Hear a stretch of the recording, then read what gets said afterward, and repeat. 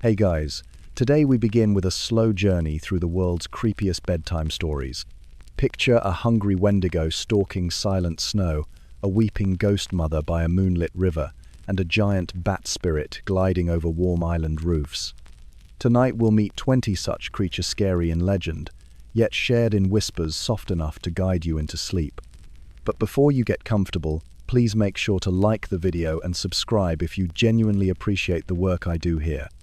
And please let me know in the comments where you are tuning in from and what time it is for you. Now dim the lights, put your phone or TV remote out of reach, and let's move into tonight's journey together. Tonight, we wander into the depths of a northern forest, where ancient pines stand sentinel against the stars. The temperature has fallen well below zero, the kind of cold that transforms breath into ghostly apparitions. Silence blankets everything, save for the occasional crack of a frost-burdened branch or the subtle crunch of snow beneath cautious footsteps. The air carries the sharp scent of pine sap frozen mid-drip, and somewhere distant, perhaps miles away, a lone wolf calls with no answer returned. This is the realm of winter's deepest embrace, where the darkness between trees seems to gather and breathe as its own entity, watching and waiting. It was in forests much like these that the Algonquian peoples first spoke of the Wendigo.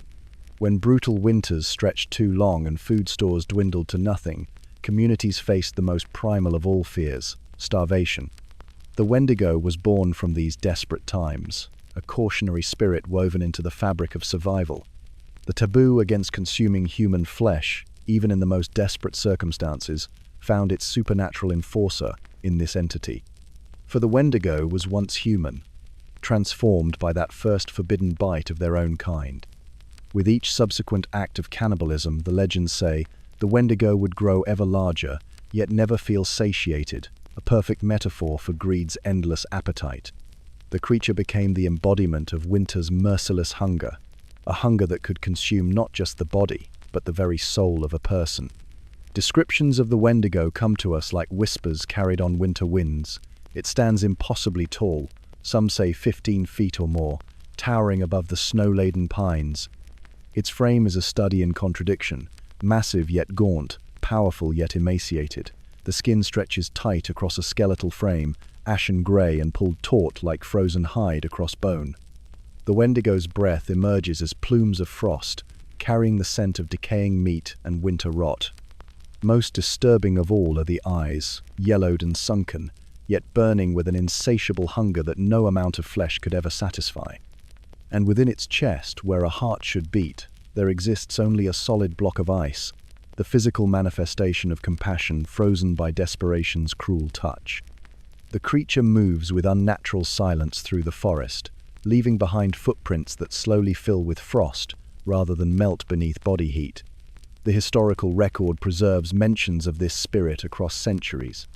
Jesuit missionaries in the 1600s documented stories told by indigenous guides who refused to travel certain paths in winter, fearing the territory of the Wendigo. Their journals describe local rituals designed to ward off the creature's influence, particularly during the hunger moon phase of deep winter. Cree elders used the Wendigo as both warning and teaching tool, showing younger generations how to respect the delicate balance between taking from nature and giving back. Perhaps most fascinating is the documented phenomenon of Wendigo psychosis, a culture-bound syndrome first formally recorded by medical authorities in the early 20th century, wherein individuals became convinced they were transforming into the creature, developing an obsessive fear or desire for human flesh. Some anthropologists view this as evidence of how deeply the taboo against cannibalism was woven into the cultural consciousness, creating a psychological manifestation of spiritual fears. In the stillness of this frozen landscape, we find ourselves contemplating the contrast between external silence and internal hungers. The forest itself embodies perfect equilibrium, each creature taking only what it needs to survive the long winter months. Yet humans, with our capacity for both restraint and excess, must navigate more complex moral terrain. The Wendigo serves as nature's warning against taking too much, against allowing our appetites, whether for food, wealth, or power, to consume us from within. Perhaps in our modern world of abundance, the lesson remains equally relevant. When is enough, truly enough? The Wendigo reminds us that gratitude for what sustains us prevents the ice from forming around our heart. Balance, moderation, and respect for the invisible boundaries that maintain our humanity. These are the quiet teachings whispered by the ancient pines. The wind that has accompanied our tale begins to settle now. Snowflakes drift lazily downward rather than swirling in frantic patterns. The forest seems to exhale, releasing the tension of our first legend. As the Wendigo retreats back into the shadows between trees, we find ourselves drawn toward warmer climes, guided by the gentle pull of flowing water. The snowfield gradually gives way to riverside reeds, the harsh winter chill softening into the cool dampness of evening mist rising from moving water. Let us follow this new path as it leads us to our next tale, carried on the sound of weeping that might simply be the lapping of water against a muddy shore. A silver moon hangs low over the Rio Grande tonight, its reflection fragmenting across the gentle ripples where water meets sand. The reeds along the riverbank sway in perfect unison, as though breathing in time with your own steady inhales and exhales. Listen closely now, as we settle into this moonlit borderland between Texas and Mexico. The distant bells of a mission church toll the midnight hour, their bronze echoes rolling across miles of mesquite and chaparral before dissolving into velvet darkness. Such nights as these, when the air hangs still and heavy with the scent of night-blooming jasmineer when she's most often heard. The locals know to stay indoors when the moon rides high and full above these waters. They understand that some sorrows never rest, some stories never end, and some spirits never find their peace. Her name was Maria once, though some older accounts call her Marjorie, a beautiful woman of the colonial era, when Spanish missions dotted this landscape and strict social hierarchies determined one's fate. In the most common telling, Maria was born to privilege, the daughter of a wealthy family in a small village near these very waters. She grew into extraordinary beauty, with eyes that sparkled like the river in sunlight, and a laugh that made even the sternest village elders smile despite themselves. Maria knew her worth, and would settle for nothing less than a husband of status equal to her own. When a handsome nobleman rode into town, she set her heart upon him instantly. For a time, they lived in happiness. She bore him 2 children, a boy and a girl with the same dark eyes as their mother. But happiness built on beauty alone rarely withstands time's passage. The nobleman's gaze began to wander, first to the young women of the village, and later to a wealthy traveler whose jewels outshone even Maria's. Consumed by jealousy that grew like a shadow in her heart, Maria watched her husband's affections drift away like leaves on a current. One fateful night, she saw him riding in his carriage with this other woman, laughing in the way he once had with her, presenting a necklace of pearls that should have adorned Maria's throat. Something broke within her, then reason giving way to rage, love twisting into something unrecognizable. In a moment that has echoed through centuries of retellings, Maria led her sleeping children to the riverbank. With tears streaming down her face and whispered apologies on her lips, she pushed them into the rushing waters. Only when their small forms disappeared beneath the surface did clarity return. Horror-struck at her own actions, Maria plunged in after them, her white nightgown billowing around her like a spectral cloud as the river claimed her too. But death brought no release, no reunion with the children she had lost. Instead, she was cursed to wander the riverbanks for eternity, forever searching for the little ones she could never reclaim. This is La Llorona, weeping woman, whose cries pierce the night along waterways throughout the American Southwest and Mexico. Her weeping comes in many forms, depending on who's telling the story and where you might be listening. Sometimes it begins as something almost beautiful lullaby sung in a voice of heartbreaking sweetness, the kind of song that makes you pause in your tracks, head tilted towards some indeterminate point on the darkened horizon. The melody seems to tremble between notes, uncertain and fragile. Only gradually does the lullaby dissolve into weeping, the transition so subtle you might not notice until goosebumps rise on your arms and a chill settles at the base of your spine. In other tellings, her cries blend perfectly with the lapping of water against the shore indistinguishable, until they suddenly rise in pitch and clarity, revealing their human origin. "Ay, mis hijos," she calls. "Oh, my children." The words drift across still water, carried by night breezes that seem to drop in temperature with every repetition. From the borderlands of Texas to the mountain streams of New Mexico, from Mexico City's ancient canals to the rural waterways of Guatemala and beyond, La Llorona has spread her spectral presence across centuries and cultures. Her story varies in its details. Sometimes she drowns her children in a moment of madness, sometimes to spare them from poverty, sometimes in revenge against an unfaithful husband, but the core remains: a mother's terrible action, an eternal search for redemption that can never come.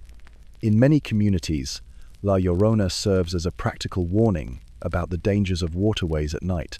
Parents caution children to come home before dark, unless they wish to be stolen away by the woman in white, who mistakes them for her own lost little ones. Young women are warned about the dangers of pride, passion, and jealous emotions that can consume reason if left unchecked. Unfaithful men hear in her cries a warning about the cascading consequences of broken vows and hearts. Yet beneath these cautionary elements lies something more universal, something that perhaps explains why this legend has endured for centuries and spread across borders and languages. La Llorona speaks to our deepest fears of irredeemable actions, to the terrifying possibility that a single moment of lost control might define an eternity. But she also whispers of our universal need for forgiveness, the forgiveness we seek from others, from ourselves, and sometimes from forces we cannot even name. In this way, her endless wandering along moonlit riverbanks becomes more than a ghost story. It transforms into a meditation on the weight of remorse, the human yearning for second chances, and the healing power of release. Perhaps that's why, in some versions of the tale, witnesses claim that when La Llorona's cries sound particularly sorrowful, the river itself seems to rise slightly, as though reaching up to comfort her. Even in eternal punishment, she is not entirely alone. The waters that claimed her children now keep her company through endless nights of searching and remembering.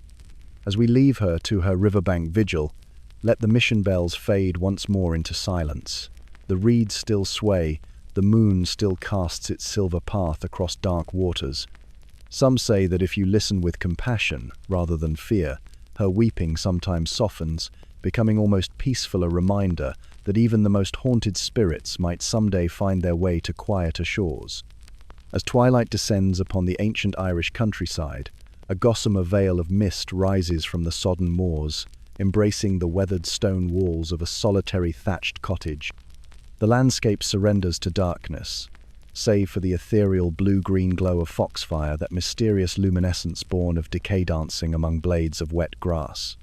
Moisture hangs heavy in the air, each droplet a prism for moonlight that occasionally pierces the cloud cover.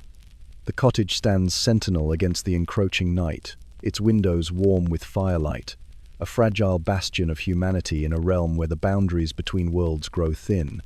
Here, in this liminal space where reality blurs like watercolors on damp parchment, stories of the Bean Seedhay have been whispered for countless generations. These tales drift through time like the very mist that now caresses the landscape, carrying with them the weight of ancestral memory and the inescapable certainty of mortality that touches all who dwell beneath these shifting skies. The Bean Seedhay, or Banshee, as she came to be known in anglicised speech, emerges from the deepest roots of Gaelic tradition, her origins entangled with the ancient clan structures that once defined Irish society. She is not a harbinger of death, as commonly misunderstood, but rather a messenger, a spiritual herald, announcing the inevitable passage of a soul from this world to the next. In the oldest tales, each family of noble Irish lineage possessed its own Bean Seedhay, a feminine presence bound through generations to announce the approaching death of family members. This connection speaks to the profound importance the ancient Irish placed on bloodlines and kinship bonds, with the Banshee serving as an ancestral guardian watching over the family through centuries of joy and sorrow. The mournful cry of the Banshee, that soul-piercing wail that echoes across lonely valleys and wind-swept hills, finds its cultural parallel in the keening traditions that once formed the backbone of Irish funeral rites. Keening, from the Irish cawiniad, meaning to cry or lament, was traditionally performed by women who possessed the rare gift of giving voice to grief too profound for ordinary expression. These keening women would compose extemporaneous verses honoring the deceased, their undulating cries rising and falling like ocean waves against the shore of eternity. The boundary between the supernatural keen of the Banshee and the earthly lamentations of mortal women often blurred in the cultural consciousness, both serving as essential bridges between the community of the living and the realm of ancestors. This intertwining of the otherworldly and the mundane reflects the unique perspective of Gaelic spirituality, which never drew rigid lines between natural and supernatural domains. The Bean Seeday exists in a liminal status, neither fully of this world, nor entirely separate from it, much like the mist that now drifts across our moonlit moor, touching everything yet remaining impossible to grasp.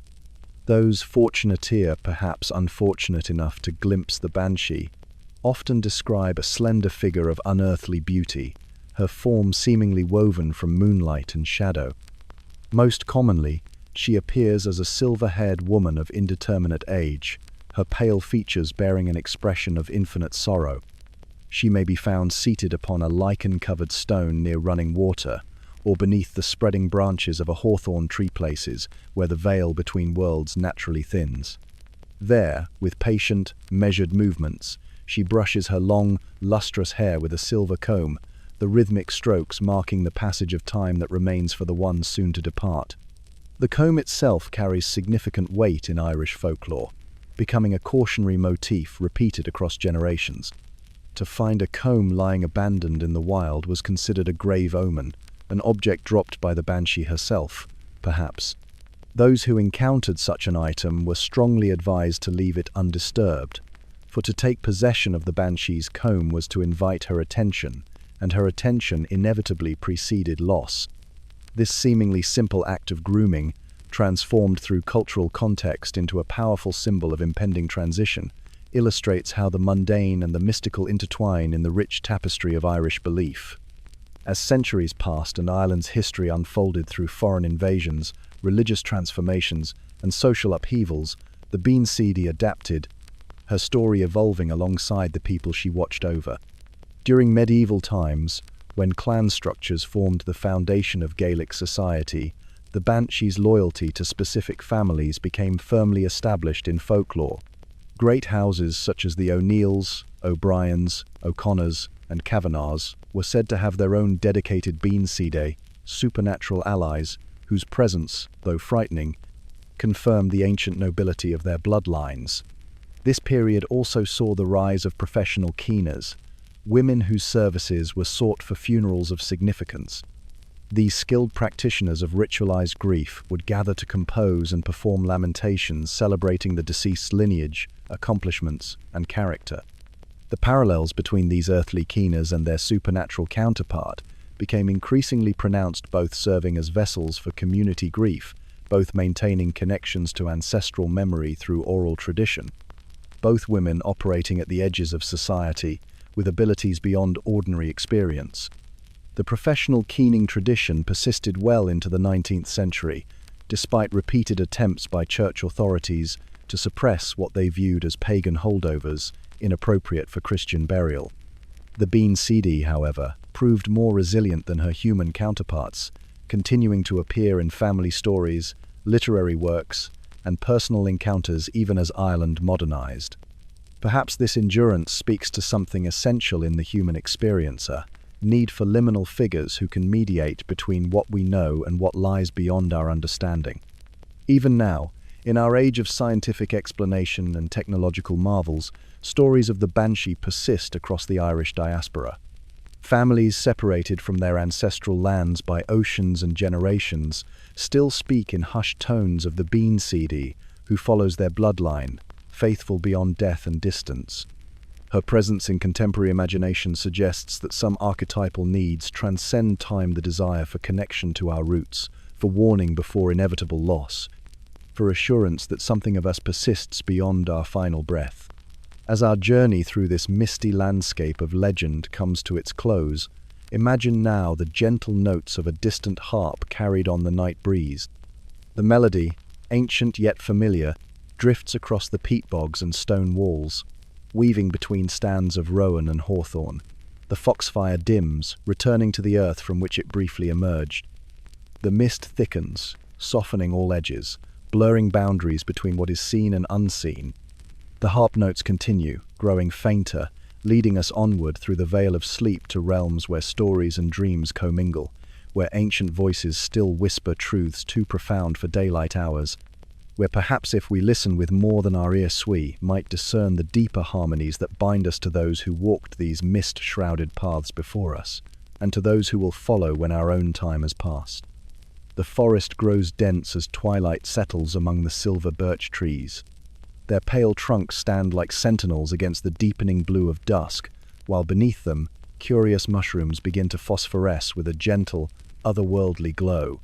The forest floor is carpeted with fallen leaves that whisper secrets as a strange wind passes through. If you listen carefully, you might hear something else, a sound not quite belonging to the natural world, the low, wooden creaking of joints in motion, the soft thud of impossible footsteps. It is here, in this liminal space between day and night, between the mundane and the magical, that we might glimpse her dwelling. Not built upon the earth like the homes of ordinary folk, but perched atop enormous chicken legs that bend and straighten, turn and pivot, carrying the entire structure in a slow, deliberate dance through the woodland. The hut itself appears humble, weathered logs stacked to form walls, a thatched roof from which smoke curls lazily, windows like half-lidded eyes peering out into the gathering darkness. Sometimes it turns to face approaching visitors, other times it turns away, denying entry to those deemed unworthy. This is the domain of Baba Yaga, one of the most enduring and complex figures in Slavic mythology.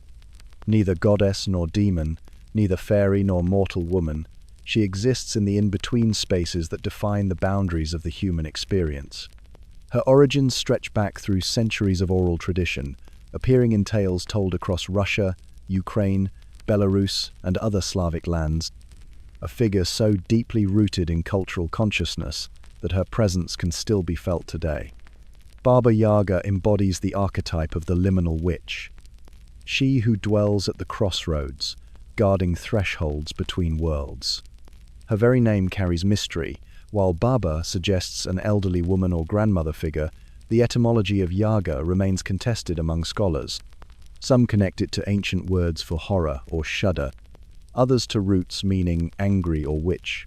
Perhaps this linguistic ambiguity is fitting for a character who herself defies simple categorization. In the old tales, she is the mistress of the forest, knower of secrets, giver of impossible riddles. Those who seek her out must approach with both courage and caution, for her wisdom comes at a price. She tests those who come to her door, separating the worthy from the unworthy through tasks that require not just strength or cleverness, but a deeper understanding of the natural world and its hidden patterns. To the lost traveler, she may appear as danger incarnate. To the questing hero or heroine, she becomes an unlikely ally, though never one to be fully trusted.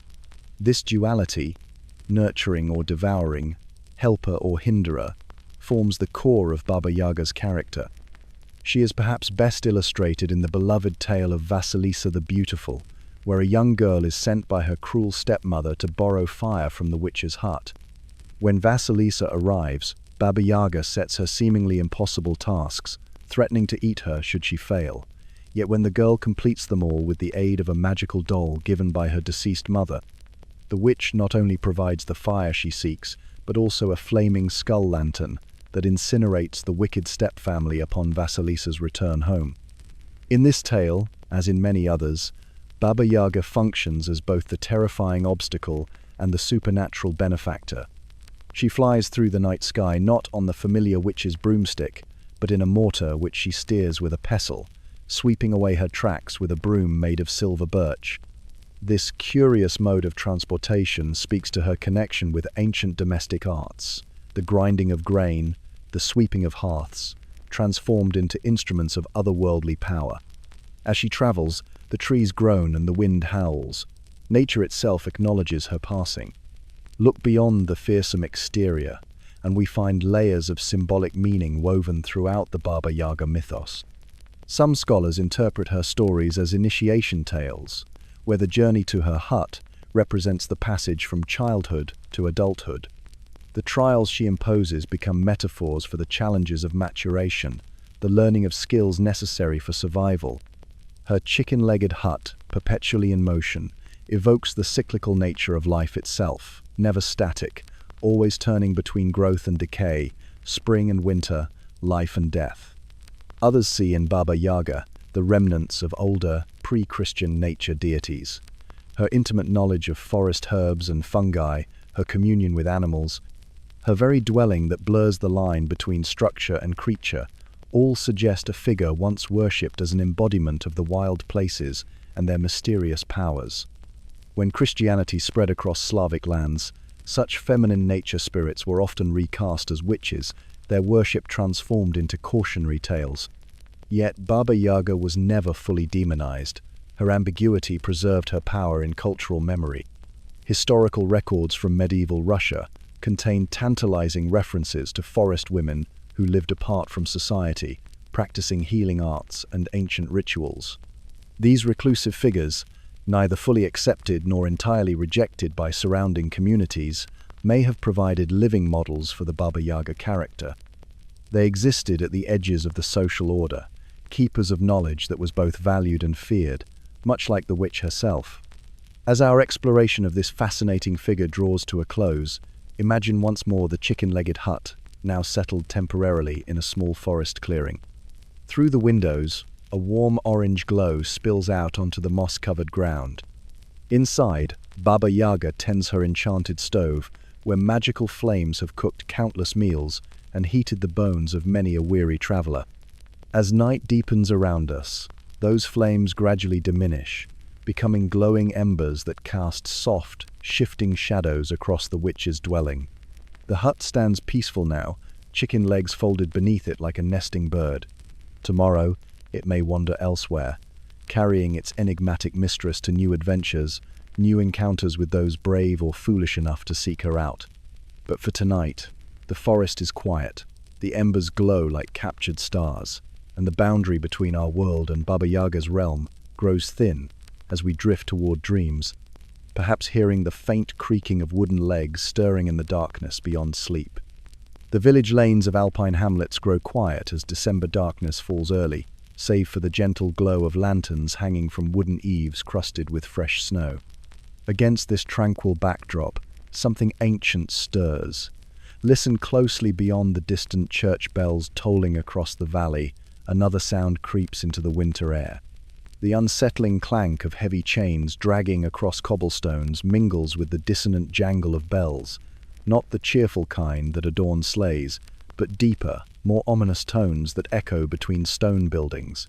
Children who moments ago played in snowdrifts now hurry inside, doors closing firmly behind them. The villagers know what walks tonight, moving between pools of lamplight and shadow with a distinctly inhuman gait-part shuffle, part leap. Something tall and dark, with breath that fogs the winter air in great plumes as it sniffs at doorways, pausing at homes where young voices speak too loudly, where little feet have tracked mud across freshly scrubbed floors. The Krampus emerges from the oldest alpine traditions, from a time when winters meant genuine survival uncertainty. Before Christianity spread through these mountain communities, pagan winter rituals acknowledged the season's dual nature, both deadly and necessary for the earth's renewal. As Christianity established itself, many pagan figures were simply banished, but Krampus proved too deeply embedded in alpine consciousness to eliminate. Instead, a peculiar partnership formed. The kindly Saint Nicholas would reward the virtuous, while his dark companion, the Krampus, would punish the wicked. This theological compromise created the custom still observed today, St. Nicholas Day on December 6th, preceded by Krampusnacht on December 5th. In villages throughout Austria, southern Germany, Hungary, Slovenia, and northern Italy, the night comes alive with processions that both terrify and delight. The evening belongs to figures who blur the line between costumed human and something perhaps not entirely of this world. Towering often 7 feet tall or more, the traditional Krampus cuts an unnervingly inhuman silhouette. The body appears mostly human, but covered in dense, matted for usually black or dark brown, though sometimes patched with white at the chest.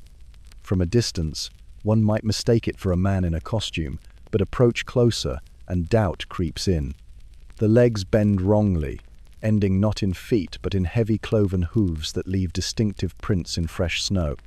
The face is where any pretense of humanity vanishes entirely, an elongated muzzle somewhere between goat and wolf, permanently fixed in a snarl that reveals yellowed teeth too sharp for comfort. Most distinctive are the horn snot, the short nubs of domesticated goats, but massive curved affairs that sweep back from the forehead, sometimes spanning 2 feet or more, often carved from actual goat or ram horn. In one hand, the Krampus typically carries a bundle of birch rods bound together with red cord, traditionally used to beat naughty children until their sins are literally whipped away. The other hand holds chains, sometimes attached to the Krampus itself, as if it were an escaped prisoner of the underworld, sometimes used to bind particularly troublesome children before dragging them away, ostensibly to Spain or somewhere equally foreign and terrifying to an isolated alpine child. A long pointed tongue often lolls from its mouth, a feature particularly emphasized in early depictions. The creature embodies vice, wild appetites, and undisciplined nature, everything orderly society, feared both in the wilderness surrounding their communities and within the darker impulses of human nature. The Krampus tradition we recognize today solidified during medieval times, when morality plays used physical embodiments of sin and virtue to communicate religious lessons to largely illiterate populations. While many such traditions faded with the Enlightenment, Krampus proved remarkably resilient, evolving rather than vanishing. The 19th century saw a fascinating transformation as early mass printing embraced the figure. Between 1890 and 1920, Grüß vom Krampus, greetings from Krampus, postcards became wildly popular throughout the Austrian-Hungarian Empire and beyond.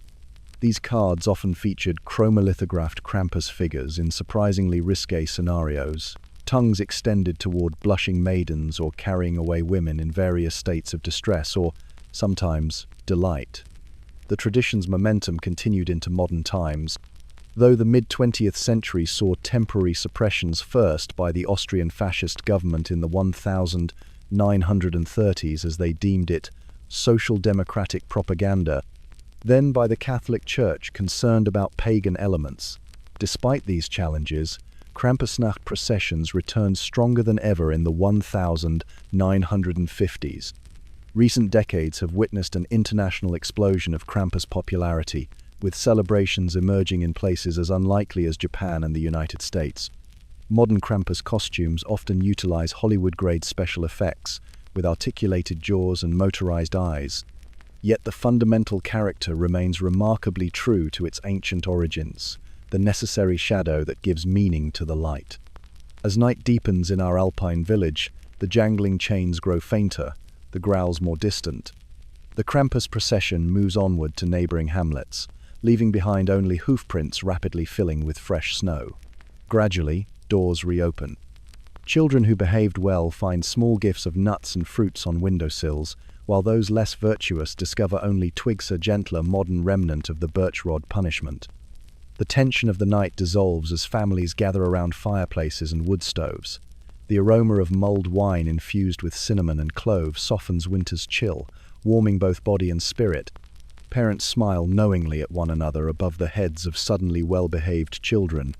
Outside, snow continues to fall in the hushed darkness, covering all evidence that something ancient and wild passed through just hours before.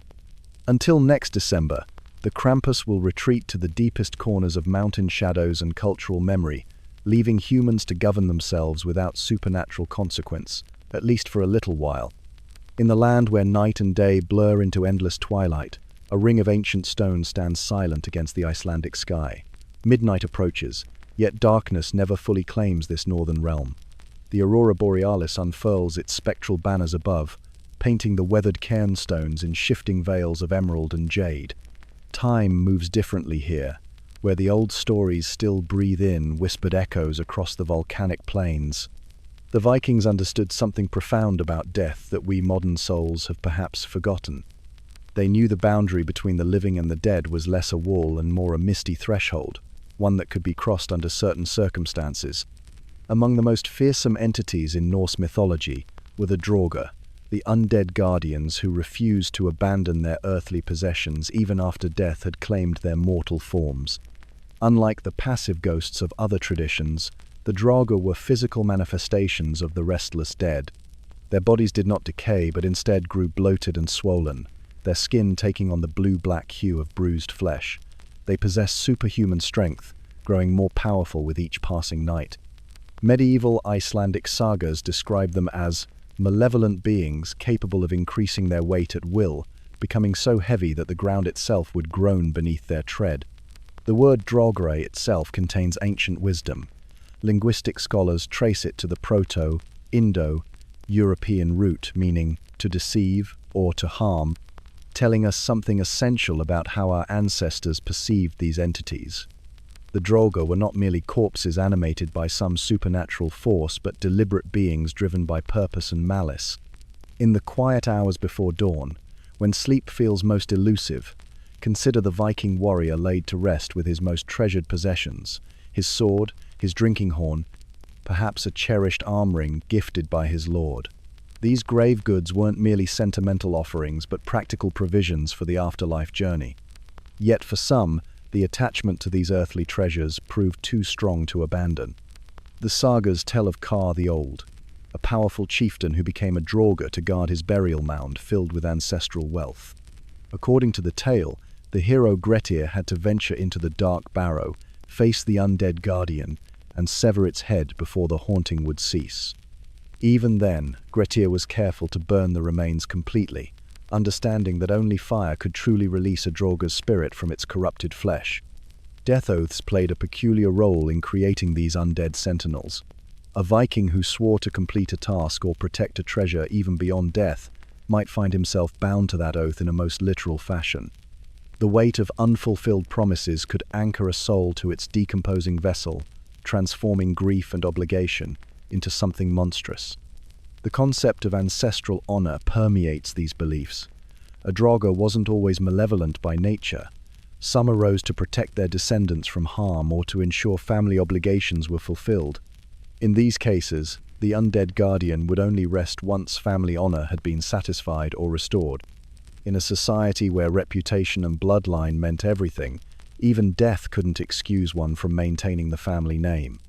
Perhaps most fascinating were the maritime adaptations of Draugr lore, particularly relevant to a seafaring culture whose relationship with the ocean was both reverent and fearful. The sea Draugr were said to be the corpses of drowned sailors who had not received proper burial rites. These waterlogged apparitions appeared grotesquely bloated, seawater seeping from their mouth and nostrils as they sought to lure the living to share their watery fate. Fishermen would report strange lights on the horizon during storms, believing them to be the glowing eyes of sea Draugr guiding the tempest toward vulnerable ships. Old coastal communities maintained rituals specifically designed to appease these maritime undead, small offerings of food or trinkets cast into the waves during the winter solstice, when the boundary between worlds grew thinnest. The Eyrbyggja saga recounts the haunting of Frother by a drowned crew, their sea-soaked forms appearing nightly in the communal hall, silent and dripping, taking their accustomed places by the fire until proper rites were performed to grant them peace. Only then did they depart, leaving behind nothing but puddles of salt water on the earthen floor. What makes these Nordic undead so compelling is how they embody the Viking worldview, the interconnectedness of life and death, the binding nature of oaths, and the paramount importance of proper burial. When a Draugr stirred from its burial mound, it wasn't merely a supernatural occurrence, but a sign that the proper order of things had been disturbed. Sleep researchers might find it intriguing that Draugr legends so often feature night visitations and the disruption of normal sleep patterns among the living. Those haunted by a Draugr would report crushing sensations on their chest during sleep, night terrors, and inexplicable fatigue, experiences remarkably similar to what modern medicine identifies as sleep paralysis. As our story draws to its conclusion, imagine once more that ancient cairn beneath the dancing northern lights. The aurora's slow-motion waltz across the heavens casts shifting shadows among the standing stones. The air grows still, as if the world itself has fallen into a peaceful slumber. The barrow is sealed once more, its occupant at rest, the treasures within no longer calling to the living with their siren song of greed. The midnight hour passes, unmarked except by the gradual shift of stars overhead. Perhaps, somewhere beneath those weathered stones, an ancient guardian still maintains its endless vigil, patiently waiting for the unwary traveler who might disturb its centuries of slumber. But for tonight at least, the boundary between living and dead remains secure, the ancient compact honored. And in that peaceful stillness, we too might find our own restful passage into sleep, carried away on the wings of old stories to dream of treasure-filled barrows and the solemn guardians who watch over them through the long northern night. In the forgotten courtyards of ancient China, where bamboo sways like dancers beneath a pale moon, there exists a legend so deeply woven into the cultural fabric that even now, whispers of it cause the elderly to draw protective charms upon doorways. The Jiangshi, sometimes called the Chinese hopping vampire, or hopping corpse, emerges from the mist of centuries, arms outstretched, body stiff, moving not with the fluid grace of the living, but with an uncanny, rhythmic hop hop hop that echoes through deserted alleyways in the darkest hours before dawn. Picture yourself there, in a courtyard from the distant past. Stone lanterns cast pools of amber light that barely penetrate the thick mist curling between weathered pillars. Yellow paper talismans flutter from wooden beams, their Taoist symbols inked in cinnabar, that toxic red mineral, once believed to extend life but equally potent in warding off that which has already died. The gentle tinkling of tiny brass bells hangs in the air, their sound a barrier between the realms of living and dead. This is not decoration, this is survival. During the Qing dynasty, which stretched from 1644 to 1912, a particular fear gripped rural communities across China's vast landscapes. The proper burial of the dead wasn't merely a matter of respect, it was essential to prevent the catastrophic transformation into a jiangshi. Chinese cosmology held that a person's soul contained two essential elements: the hun, or ethereal soul, which ascended to heaven, and the po, the corporeal soul, which remained with the body. Should proper funeral rites be neglected, or should a violent death occur in a remote place, the po might linger, animating the corpse into this most feared of undead creatures. The distinctive hopping motion attributed to the jiangshi has origins both physiological and spiritual. In the practical realm, traditional Chinese burial customs sometimes required deceased family members to be returned to their ancestral villages, often hundreds of miles away before interment could occur. When transportation proved difficult, Taoist priests developed a ritual to temporarily reanimate corpses, allowing them to hop home, guided by their handlers through the night. These priests would attach talismans to the corpses' foreheads, essentially programming them to follow a bell-wielding guide until reaching their destination. But in supernatural lore, the hopping stems from rigor mortis. Unlike Western vampires, who retain fluid movement and predatory grace, the jiangshi's limbs remain stiff, locked in the posture of death. They hop because they cannot walk, their joints frozen in the position of burial. Their movements come in the rhythmic, unnatural cadence of 1-2, 1-2, an echo of ceremonial funeral processions, translated into something altogether more sinister. The jiangshi hunts not for blood precisely, but for Keith, vital life force flowing through all living beings. They drain this essence through the breath of sleeping victims, hovering silently above beds in the midnight hours, their presence marked only by a faint, greenish glow and the lingering smell of decay that no amount of incense can disguise. Unlike their Western counterparts, they have no preference for the young or beautiful life force is equally precious to one who has none. The specialized priests who dealt with jiangshi threats were not merely religious figures but practicing geomancers, masters of feng shui, who understood how energy flowed through landscapes and buildings. These practitioners carried specialized tools, mirrors of polished bronze to reflect the jiangshi's image back upon itself, confusing its rudimentary senses, rice to scatter in doorways, compelling the mathematically minded undead to count each grain before proceeding, threads of red silk to bind and immobilize, and most importantly, their collection of paper talismans. These talismans, yellow parchment, inscribed with intricate calligraphy in cinnabar inkware, the most potent weapon against the hopping dead. When affixed to the jiangshi's forehead, these mystical documents interrupted the negative energy animating the corpse.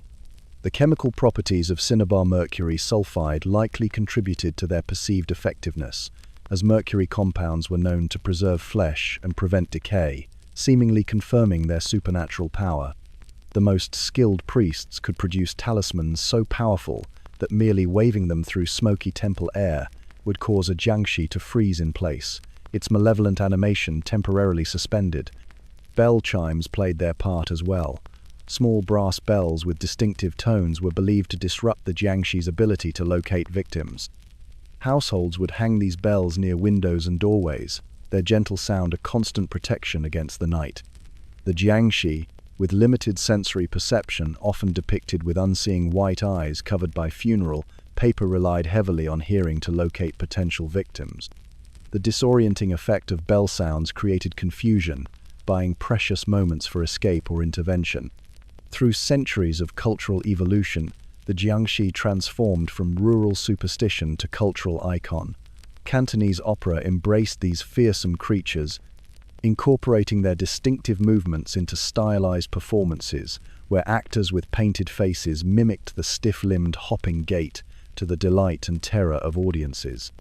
These theatrical interpretations preserved jiangshi lore through generations, their elaborate costumes featuring the traditional long Qing dynasty robes and the tall official's hat becoming the standardized image we recognize today. The true renaissance of jiangshi legends came in the 1980s with Hong Kong cinema's unexpected love affair with these supernatural beings. Films like Mr. Vampire blended horror, comedy, and martial arts into a uniquely Chinese genre that captivated audiences across Asia. These cultural touchstones cemented the jiangshi in global consciousness, presenting them as both terrifying and somewhat comical dangerous adversaries whose rigid movements could nevertheless be exploited by the clever and quick. And so our tale of the jiangshi draws to its conclusion, like a paper talisman finally loosening its grip on weathered wood, drifting slowly to the ground in the gentle night breeze. The creatures retreat once more into shadow and folklore, where perhaps they were always meant to remain. The crickets resume their evening song, unaware of the histories and horrors that have passed through these ancient courtyards. The bamboo continues its eternal dance, and somewhere in the distance, a tiny bell chimes just once, then falls silent again. In the silent valleys of Japan's mountainous regions, where winter holds dominion for months at a time, there exists a tale as delicate and deadly as the season itself. During the Edo period, travelers would speak in hushed tones about treacherous mountain passes where snowflakes descended like pieces of fine rice paper, each flake a tiny work of art spiraling lazily from clouds that hung low and heavy against jagged peaks. These were the realms where ordinary folk feared to tread after sunset, when lantern light grew feeble against the consuming white of winter storms. Imagine yourself there now, on such a path. The cedar trees stand sentinel, their branches weighed down with snow that occasionally slips free to land with the softest of sounds upon the already blanketed ground. The wind doesn't howl here, it whispers, carrying crystalline particles that catch the moonlight when it occasionally breaks through the clouds. Each step is an effort, the snow reaching past your ankles, sometimes to your knees, and the cold seeps through your layers of clothing as though they were nothing more than paper. Your breath forms clouds before you, momentary ghosts that dissipate into the vastness of white. It was in such conditions that the tale of the woodcutter unfolds, a story passed down through generations. Two lumbermen, a father and son, found themselves caught in a blizzard fiercer than any they had known before. As the cold penetrated their bones and their strength failed them, they sought refuge in a small abandoned hut, its wooden walls offering little protection against the relentless chill. The elderly father, weaker and more susceptible to the cold, succumbed to sleep firster, sleep from which he would never wake. The son, fighting against the drowsiness that promised a painless death, suddenly became aware of a presence. The door slid open without a sound, and there she stood, the Yuki-onna, the snow woman. Her skin was as pale as the freshly fallen snow, almost translucent in the dim light. Her hair, black as a moonless night, flowed around her like ink in water. She wore a white kimono that seemed to merge with the snowflakes still clinging to her form. But it was her eyes that transfixed the woodcutter blue as the heart of a glacier, ancient and empty of warmth. She moved toward the sleeping father with the lightness of a snowflake, bending over him with lips parted. Her breath, visible in the cold air, was not the warm mist of a living being, but rather a fine, glittering frost. As it touched the old man's face, his expression relaxed further, life leaving him in that gentle exhalation of the Snow Maiden. The son, paralyzed with terror, could only watch as she then turned her gaze upon him. Perhaps it was his youth that stayed her hand, or something in his eyes that stirred what remained of humanity within her. She leaned close, her face inches from his, and spoke in a voice like wind through ice crystals. "I should take your life too, as I have taken his, but you are young and fair. Instead, I will spare you on one condition: that you never speak of what you have seen this night. If you ever tell another soul of our meeting, I will know, and I will return to take what I have spared." With those words hanging between them like frost in the air, she vanished, not walking away, but dissolving into the very snowflakes that had escorted her arrival. Come morning, the woodcutter found himself alone with his father's frozen body.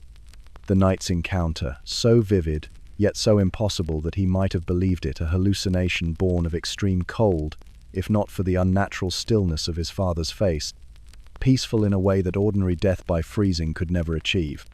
The Yuki-onna embodies themes deeply rooted in Japanese cultural consciousness, the ephemeral beauty that finds its highest expression in impermanence. She is winter's isolation-given form, the dangerous seduction of surrendering to nature's overwhelming power.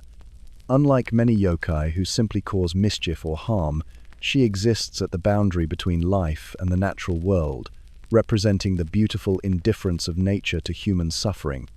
In her pale countenance lies the aesthetic concept of yugen, the profound, mysterious sense of the universe that evokes feelings too deep for words. Her very existence challenges the division between the merciful and the merciless. She kills, yes, but her method grants a gentle passage, free from struggle or pain. She offers the gift of becoming one with the snow, of transcending the mortal coil through union with winter itself. From the careful brush of Katsushika Hokusai, who depicted her in his 100 Ghost Stories, to the evocative prose of Lafcadio Hearn, who introduced her to Western audiences in his 1904 collection, Kwaidan, Stories and Studies of Strange Things, the Yuki-onna has captivated imaginations across cultures and centuries. Hearn's retelling, perhaps the most famous, cemented her place in the pantheon of Japanese supernatural beings known internationally. Modern interpretations have seen her transformed through the lens of anime and manga, sometimes as a tragic romantic figure, other times as a vengeful spirit. Films like Kwaidan, directed by Masaki Kobayashi, present her with haunting visual poetry, while contemporary authors reinterpret her story for new generations, finding in her endless metaphorical possibilities from environmental cautionary tales to feminist reclamations of female power. As we contemplate the Yuki-onna, the snowfall around us seems to thicken, becoming a blanket that muffles the world's harsh edges. The fine powder accumulates on every surface, creating smooth contours where once there were sharp lines. The distinction between earth and sky blurs in the gentle erasure of identity that snow brings.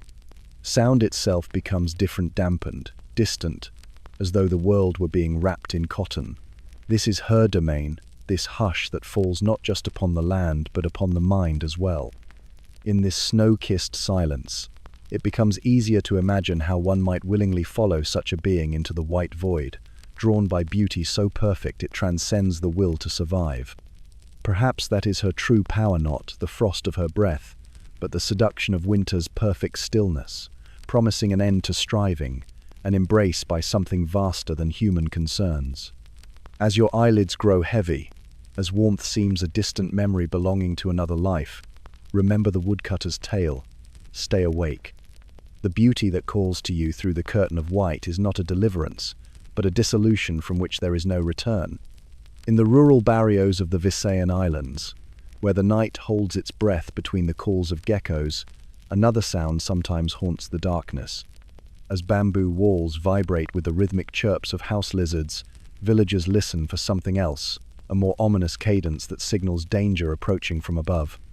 The distant, staccato clicking that grows louder as it nears, tick, tick, tick, tick, tick, across the scattered islands of the Philippines, particularly in remote villages where electricity flickers unreliably and the jungle presses close. Stories of the aswang have persisted for centuries. The name itself seems to whisper danger. Aswang, the syllables hanging in the humid night air like an unfinished warning.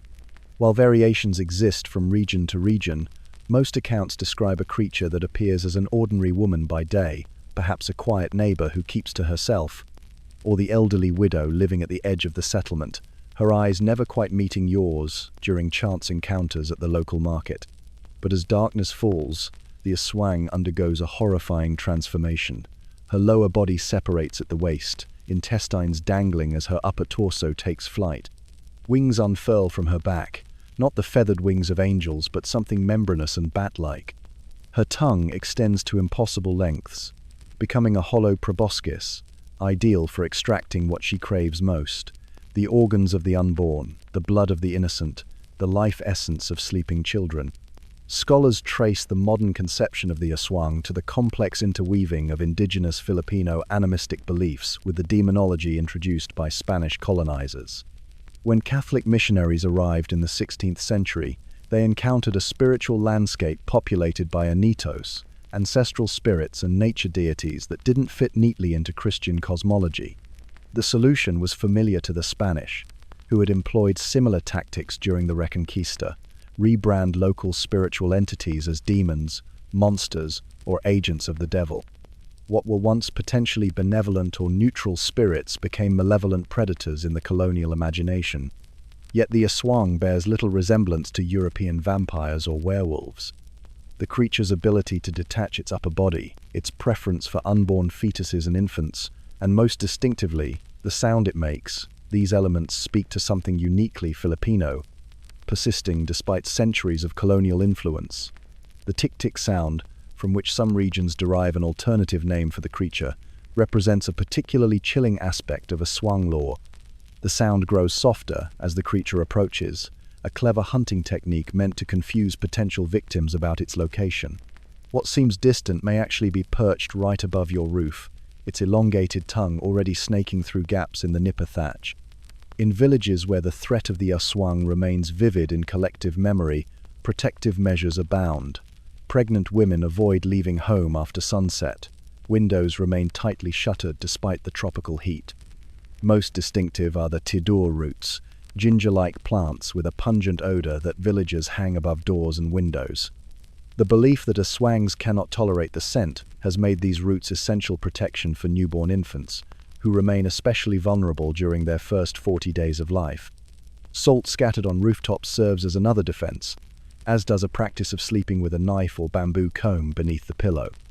Some families place shards of broken glass on windowsills, believing an aswang cannot pass where sharp edges might sever its dangling entrails. In certain communities, a special vinegar called sukanung iloko is prepared, its acrid smell supposedly capable of repelling the creature if splashed around the perimeter of the home. Beyond their fearsome reputation, aswangs serve important social functions in Filipino communities.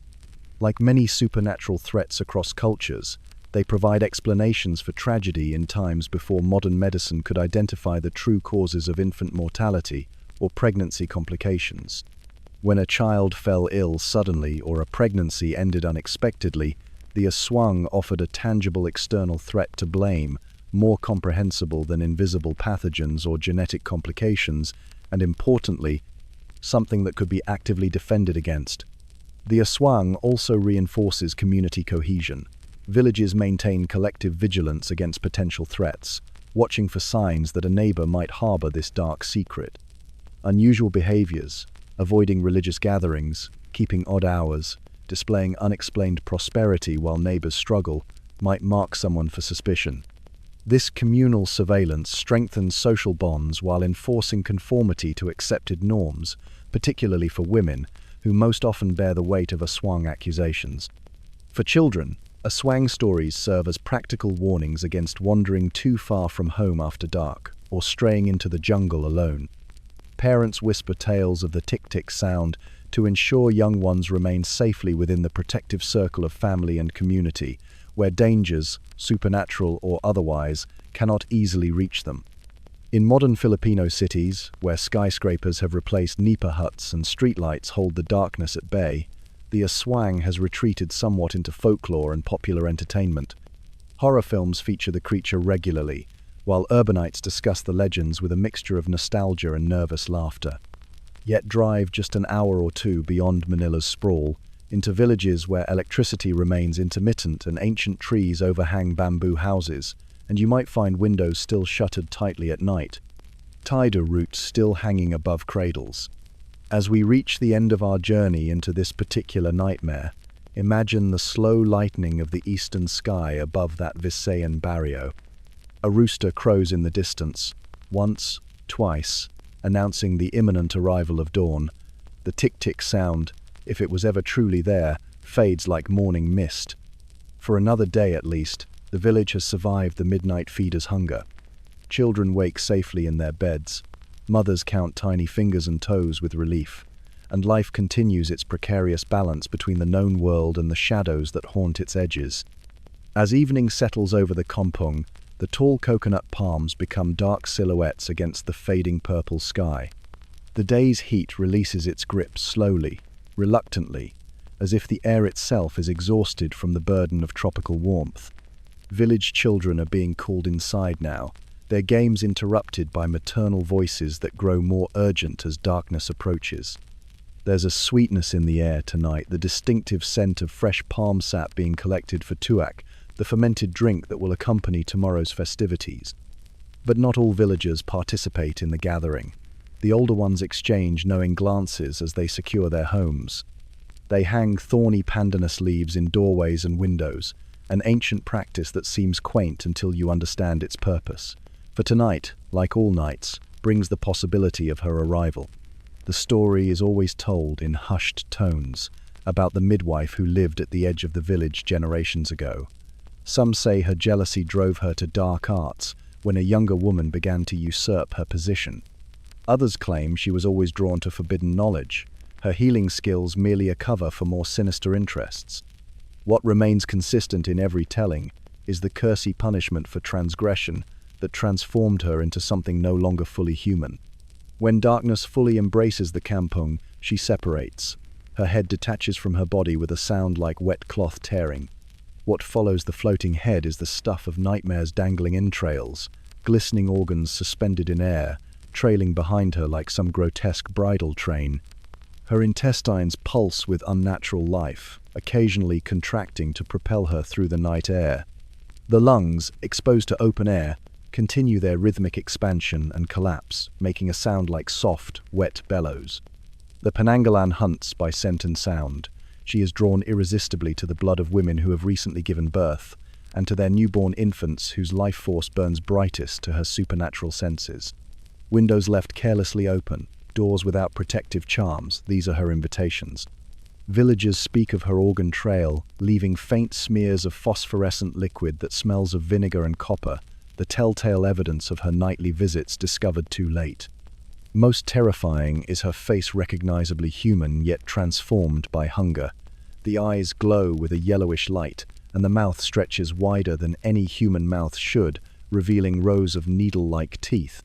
The tongue, unnaturally long and pointed, probes the air like some blind creature seeking warmth. Those who have glimpsed her and lived describe the curious contrast. Sometimes her expression appears pained, as if some fragment of humanity remains trapped within the monster, aware of what she has become. When dawn approaches, the Penanggalan must return to her hidden home, where her body waits, neck stump upward, preserved in a special solution that prevents decay. She must reattach before sunrise or risk destruction. It is said she bathes her entrails in vinegar to shrink them, allowing easier re-entry into her waiting body, a process both methodical and obscene. Protection against the Penanggalan has evolved into elaborate systems throughout Malaysian communities. New mothers and their infants remain indoors for a prescribed period, typically 44 days. During this time, thorny pandanus leaves are placed around the house, particularly near windows and doors. The Penanggalan, fearing entanglement of her delicate organs, avoids these thorny barriers.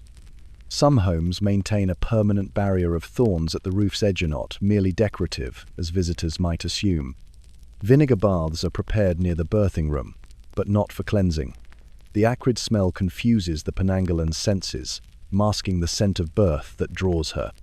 In some villages, strategically placed containers of raw, sticky rice serve as another defense the hungry spirit, compelled to count each grain before proceeding, a task that often occupies her until dawn forces retreat. Childbirth taboos, seemingly superstitious to outsiders, often serve protective functions. The prohibition against hanging clothes outside after dark prevents the Penanggalan from counting itemson obsessive behavior that, like the rice counting, might delay her until sunrise.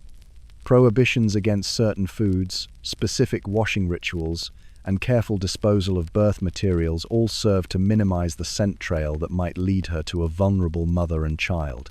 Colonial medical officers throughout the Malay Peninsula documented these practices with typical Western condescension. An 1897 British medical journal dismissed the Penanggalan as native hysteria manifest in response to maternal mortality, failing entirely to recognize how these spiritual beliefs encoded practical health measures. The thorny barriers prevented animals and insects from entering birthing spaces. Vinegar baths created antimicrobial environments. Even the period of confinement served to limit exposure to illness during recovery. One colonial doctor, more perceptive than most, noted in his private journal, "The locals attribute to supernatural causes what we understand as puerperal fever. Yet their preventative measures, while couched in superstition, achieve results that our modern hospitals might envy." I find myself reluctant to discourage practices that, while based on fear of mythical creatures, nonetheless preserve life more effectively than some of our scientific approaches. As night deepens over the kampung, the cicadas begin their evening chorus. The sound rises in waves, reaching a crescendo that seems to fill every molecule of the humid air before softening again, like the breath of the forest itself. One by one, lanterns and oil lamps illuminate window frames, their steady glow a silent affirmation of human presence amid the encompassing darkness. Children have been tucked into bed with protective charms near their pillows. Final prayers have been whispered. Doors have been checked and rechecked. The village settles into uneasy slumber as the coconut palms sway gently against the star-filled sky. Somewhere, perhaps, in the shadows between houses, a head with trailing viscera floats silently, searching for an unprotected window, a forgotten charm, an opportunity. But tonight, at least in this kampung, only the harmless darkness enters the dreams of its inhabitants. Picture yourself standing at the edge of an ancient shore, where the waves whisper secrets of forgotten empires. As twilight settles over the horizon, golden spires emerge from the mist, the legendary Lanka, kingdom of Ravana, lord of the Rakshasas. The setting sun casts long shadows across ornate palaces, adorned with precious gems that glitter like fallen stars. Palace gardens bloom with otherworldly flowers, their scent carried on the salt-tinged breeze. Fountains of liquid gold seem to flow upward against gravity, defying natural law, for in the realm of Rakshasas, reality bends to desire. The fortress walls rise impossibly high, carved with scenes of conquest and revelry, cosmic battles and celestial banquets. Ten-headed Ravana sits upon his throne of ivory and sapphire, each face expressing a different emotion, from contemplative wisdom to unbridled rage. His 20 arms gesture in ancient mudras, conducting the symphony of his kingdom, while musicians play instruments fashioned from the bones of vanquished gods. The twilight deepens, and lanterns flicker to life throughout the city, not with flame but with captured fragments of celestial light, stolen from the heavens by Ravana himself. This is the golden Lanka of myth, suspended between worlds, beautiful and terrible in equal measure. The Rakshasas emerge in the earliest Sanskrit texts, their nature evolving through centuries of retelling. In the Vedic hymns, they appear as ambiguous spirits, neither wholly evil nor good, but guardians of hidden treasures and forbidden knowledge. By the time of the Ramayana and Mahabharata, they had transformed into more fearsome beings, their forms magnificent and monstrous in equal measure. Imagine creatures of noble bearing, with tiger-like claws and fangs, eyes that burn like embers in the night, and the power to cast illusions so perfect they become indistinguishable from reality. Unlike common demons, Rakshasas possessed knowledge of sacred texts and celestial magic. They were not mindless monsters, but a shadow aristocracy, maintaining courts that mirrored those of the gods themselves.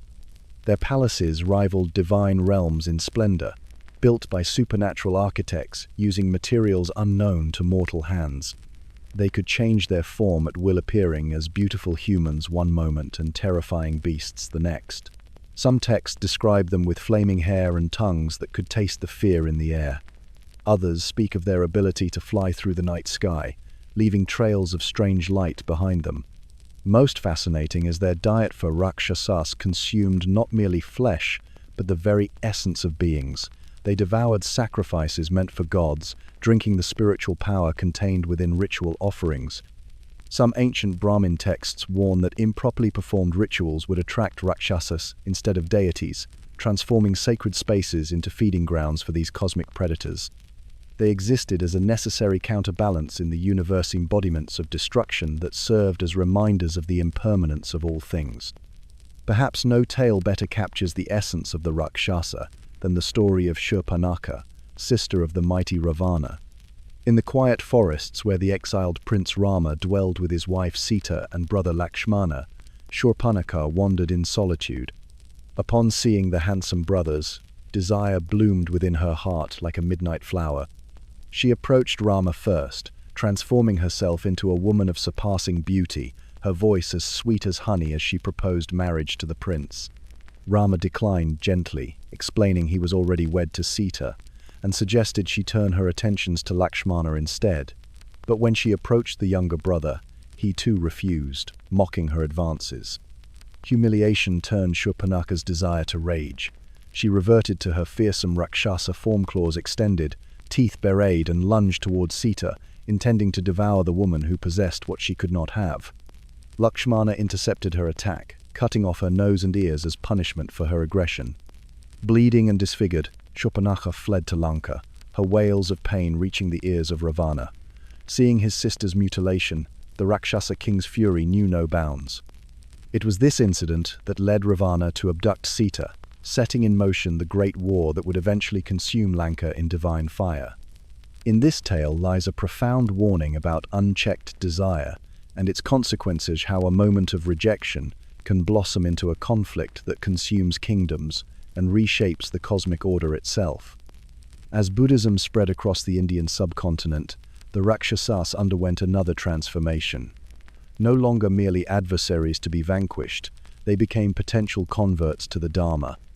In Jataka tales, which recount the Buddha's previous lives, Rakshasas often begin as terrifying predators but end as disciples, their ferocity transformed into protective zeal for Buddhist teachings. Female Rakshasas, called Rakshasis, appear as nurses and guardians of children in some traditions, their fearsome aspects channeled toward protective ends. Mughal-era paintings offer yet another interpretation, portraying Rakshasas as exotic courtiers with distinctly Persian features, dressed in the finest brocades and silks. These artistic renderings show them seated in gardens beneath flowering trees, engaged in poetry recitations and philosophical debates. Their monstrous features remain perhaps a blue complexion or subtle fangs, but softened, domesticated by the civilizing brush of the court artists. In these paintings, Rakshasas embody the attractive power of the forbidden, creatures of immense cultural sophistication, whose dangerous nature lurks just beneath their courtly veneer. Listen. The ocean tide hushes against distant shores, drawing back to reveal glistening sands marked with strange, circular patterns.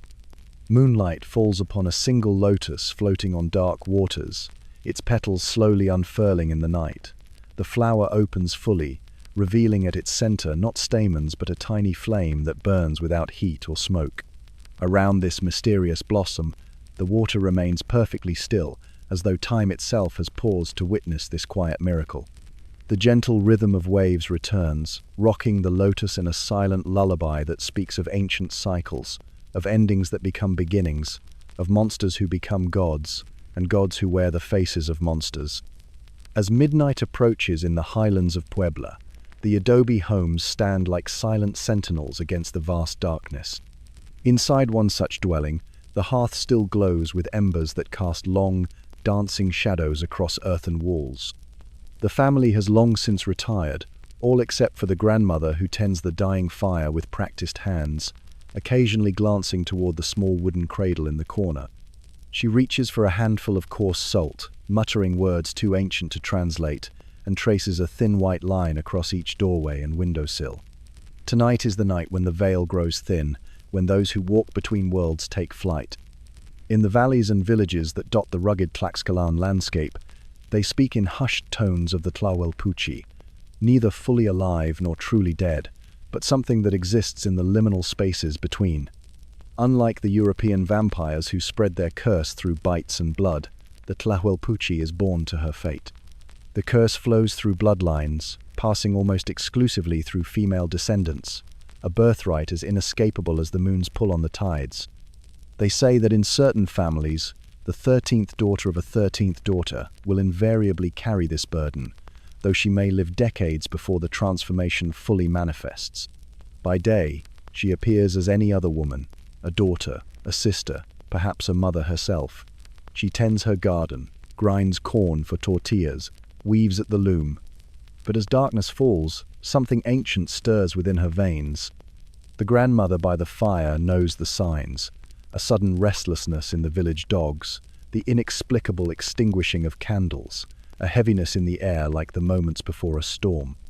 Those who claim to have witnessed the transformation describe a grotesque shedding of limbs, the cracking of bones as the human form dissolves, revealing leathery wings and elongated limbs that carry her silently through the night sky. Unlike her European counterparts who hunger for human blood, the Tlahuelpuchi seeks a different sustenance. She hovers near chicken coops and barnyards, her elongated proboscis piercing through the shells of eggs to extract their life-giving contents. But this sustenance merely whets her appetite. For what she truly craves, what she cannot survive without, is the blood of infants, those newest to the world and thus filled with the purest life force. The sleeping child in the cradle stirs restlessly, as if sensing this primal hunger that seeks it from beyond the village edge. In times of drought or famine, when the Tlahuelpuchi's hunger grows desperate, entire communities have reported waking to find their youngest members pale and listless, tiny puncture wounds visible only to the most discerning eye. The grandmother finishes her salt line and reaches for a length of henequen rope, knotting it into 13 precise loops before hanging it beside the door. Throughout the highlands, these simple protections reflect generations of accumulated wisdom. 13 loops of rope hung by the entrance will confound the Tlahuelpuchi, who must count each loop before entering, a task that typically occupies her until dawn breaks. Crosses fashioned from prickly pear cactus adorn windows, their natural thorns believed to snag and tear the creature's delicate wings. Some households maintain small iron bells that will ring at the slightest disturbance in the air, while others keep bowls of uncovered seeds near cradles, knowing the Tlahuelpuchi cannot resist counting each one before proceeding to her intended prey. Perhaps the most effective deterrent remains simple vigilance. Mothers take turns through the night, keeping watch over sleeping infants. Communities coordinate their roosters, ensuring that at least one will crow at the first hint of the Tlahuelpuchi's approach. For the creature fears nothing more than being discovered in her transformed state, vulnerable to identification when dawn forces her return to human form. Such discovery almost invariably leads to her ostracism or worse, though some elders insist that the afflicted woman remains unaware of her nocturnal activities, carrying on her daily life with no memory of the hunger that drives her under moonlight. When Spanish missionaries arrived in these highlands, they found in the Tlahuelpuchi a convenient embodiment of their own fears. The colonial period married indigenous beliefs with European witch-hunting fervor, creating a syncretic mythology that served the Inquisition's purposes admirably. Women who lived alone, practiced traditional healing, or defied colonial authority could be accused of being Tlahuelpuchi, their independence reframed as evidence of supernatural malevolence. Confessions were extracted through torture, proving the existence of these blood-drinking shapeshifters and justifying brutal suppression of native spiritual practices. Yet despite centuries of persecution and attempts to eradicate these beliefs, the Tlahuelpuchi persists in the cultural memory of the highlands. Modern parents still hang protective items over cribs, and pregnant women observe specific dietary taboos to prevent their children from attracting the creature's attention. Anthropologists note that these traditions serve practical purposes beyond their supernatural aspects, encouraging community vigilance, promoting hygiene practices that reduce infant mortality, and maintaining social cohesion through shared protective rituals. The grandmother's vigil ends as the distant crow of a rooster pierces the pre-dawn silence. She relaxes visibly, watching as the smoke from the dying embers now curls straight upward, instead of swirling erratically as it had through the darkest hours. The danger has passed for another night. Beyond the village, waves lap gently against distant shores, their rhythm steady and soothing after the tension of darkness. In a pond beyond the final dwelling, a moonlit lotus unfolds its petals to the first hint of coming light, reminding us that even the most terrifying night eventually yields to dawn. As dusk settles over the floodplains of eastern South Africa, a small wooden hut stands elevated on stilts above the marshy ground. The waters of the nearby river have receded with the dry season, leaving behind a patchwork of damp earth and shallow pools. Tall reeds sway gently in the evening breeze, their hollow stems occasionally brushing against one another with soft, whispering sounds. Through gaps in the wooden slats of the hut's walls, a family prepares for nightfall, carefully checking that their beds remain raised high above the floor on stacks of bricks or stones. This curious practice of elevating sleeping places is not a precaution against flooding, as one might reasonably assume, but rather a defense against something far more insidious, a diminutive creature known as the Tikaloshe. In the gathering darkness, the rustling reeds seem to take on a more purposeful motion, as though parting to allow passage for something small and nimble, moving toward the homestead. Among the Zulu, Xhosa, and other South African peoples, the Tikaloshe occupies a peculiar place in folklore, a water sprite of mischievous and occasionally malevolent intent. Standing roughly the height of a young child, the Tikaloshe is typically described as a dwarf-like being with a large head and single buttock, sometimes depicted with small horns protruding from its skull. Unlike many mythical creatures that emerge organically from collective fears, the Tikaloshe is often believed to be summoned deliberately by those harboring jealousy or ill will toward their neighbors. In traditional telling, a person seeking revenge might visit a sangoma, a traditional healer, with darker intentions, requesting the creation of a Tikaloshe to torment their enemies. The creature would then be dispatched to the victim's home, where it would cause mysterious illnesses, frighten children, or even commit acts of violence under cover of darkness. Most disconcertingly, the Tikaloshe was said to have the ability to make itself invisible to adults, remaining visible only to children and animals who would react with unmistakable terror to its presence. The summoning ritual itself speaks to the cultural complexity surrounding this entity. A sangoma with knowledge of darker practices would allegedly fashion a corpse-like figure from root and bone, animal parts and strange herbs, before bringing it to life through incantations. Once animated, the Tikaloshe would be bound to the will of whoever commissioned its creation, though tales abound of these creatures eventually turning against their masters. The elevation of beds represents the most common and enduring protective measure against Tikaloshe visitations. This practice stems from the belief that the creature, despite its supernatural origins, remains bound by certain limitations. Specifically, its short stature prevents it from reaching those who sleep beyond its grasp. In homes across rural South Africa, and even in some urban settings, beds perched atop bricks remain a common sight, a physical manifestation of supernatural concern persisting into modern times. For additional protection, families might also engage the services of a benevolent sangoma, who would provide special charms or perform rituals designed to ward off the Tikaloshe's advances. These counter-charms often took the form of specially prepared mixtures, muthi, containing specific herbs, animal parts, or minerals believed to repel spiritual entities.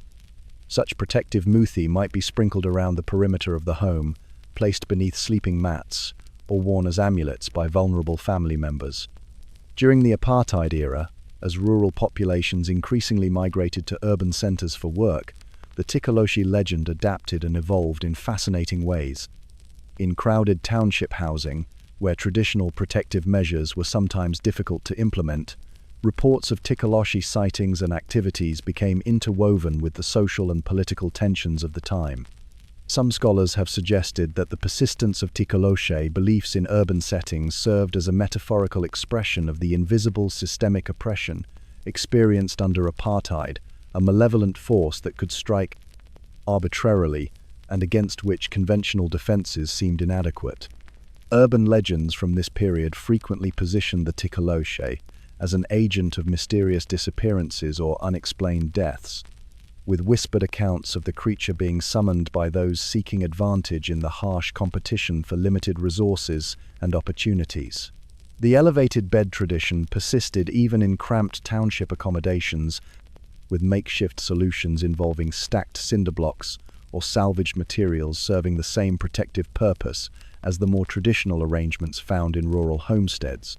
In post-apartheid South Africa, the Tikaloshi has found new life in popular media, appearing in films, television programs, and literature that blend traditional folklore with contemporary storytelling techniques. These modern interpretations often explore the psychological dimensions of the myth, positioning the Tikaloshi as a manifestation of guilt, repressed desire, or unacknowledged social anxieties. Nevertheless, reports of Tikaloshi encounters continue to emerge with surprising regularity, testifying to the enduring power of this particular mythological figure in the South African cultural imagination. As night fully descends over the floodplain, the sounds of nocturnal life establish a gentle rhythm, the melodic croaking of frogs forming a low, continuous drone that seems to smooth out the sharper sounds of insects and distant animal calls. The river current, visible as a dark ribbon through gaps in the shoreline vegetation, moves with steady purpose, neither rushing nor stagnant, but flowing with the patient certainty of water that has traversed this landscape for countless generations. Inside the elevated hut, a family settles into sleep, their breathing gradually synchronizing with the ambient sounds of the night. The space beneath their raised beds remains empty and untouched, a small concession to beliefs that bridge ancient fears and modern cautions. Whether protective charm or cultural habit, the elevated beds stand as quiet testimony to the ways in which mythologies persist, adapting to changing circumstances while retaining their essential power to shape human behavior across the centuries. The spicy night air of Pemba Island carries secrets on its warm currents. Here, where clove plantations stretch toward the horizon, their sweet, pungent aroma mingles with sea salt carried inland by gentle evening breezes. Locals call this the witching hour, when shadows lengthen across whitewashed buildings and narrow alleyways of Zanzibar's archipelago. The moon hangs low tonight, casting silver light across corrugated metal rooftops that ping and creak as they cool from the day's unrelenting heat. Sleep comes uneasily to many here. Behind closed shutters and beneath mosquito nets, island residents listen. What they're listening for isn't the normal symphony of nocturnal insects or distant fishing boats. They're listening for beating wings, for the sound of something landing heavily on their rooftops, for the scrape of claws seeking entry. They're listening for Popobawa. The 1990s brought an unprecedented wave of Popobawa sightings across the Zanzibar archipelago, particularly on Pemba Island. These weren't isolated incidents, entire villages reported encounters, creating a mass hysteria that spread like wildfire through communities already strained by socio-political tensions. The timing wasn't coincidental. Zanzibar had undergone revolutionary changes. The multi-party elections of 1995 ended decades of single-party rule, creating both hope and uncertainty. Economic pressures mounted as tourism fluctuated. Traditional ways of life clashed with modernization. Into this cauldron of anxiety perhaps re-emerged the Popobawa. Locals will tell you the creature has stalked these islands for generations, but never had it manifested with such frequency or ferocity as during these turbulent years. Government officials struggled to address public panic while maintaining authority. Medical professionals found themselves treating patients suffering not from physical trauma but from profound psychological terror. Police reports documented family after family fleeing their homes in the middle of the night, seeking safety in numbers. What exactly is this creature that can bring an entire island community to its knees? The name itself, Popo Bawa, combines the Swahili words for bat and wing, yet to dismiss it as merely a flying mammal would be to profoundly misunderstand its nature. According to those who claim to have encountered it, Popo Bawa is a shapeshifter, capable of appearing as a human, animal, or something utterly unclassifiable. Most commonly described as a large, bat-like demon with glowing red eyes, Popo Bawa can supposedly transform itself at will. Sometimes it appears as a tall, one-eyed stranger, other times as a small dwarf-like creature. Its most terrifying form combines human and bat characteristics: leathery wings, stretched across a humanoid frame, with feet twisted backward. The creature reportedly emits a sulfurous odor that lingers long after it departs, marking the places it has visited. Unlike many supernatural entities that target the vulnerable or isolated, Popo Bawa is said to attack entire households, from children to adults. Its method of torment often takes a disturbing, sexually threatening form, particularly toward meaner detail that speaks volumes about the specific cultural anxieties at play. Perhaps most peculiar about Popo Bawa is the widespread belief that talking about the creature openly offers protection from its attacks. Speak of it, or be visited by it, locals warn. This creates a feedback loop of fear. The more people discuss Popo Bawa, the more the legend spreads, yet silence is believed to invite personal danger. Families gather to share Popo Bawa stories. Neighborhood watches form, and public discussions become a form of communal shield against the darkness.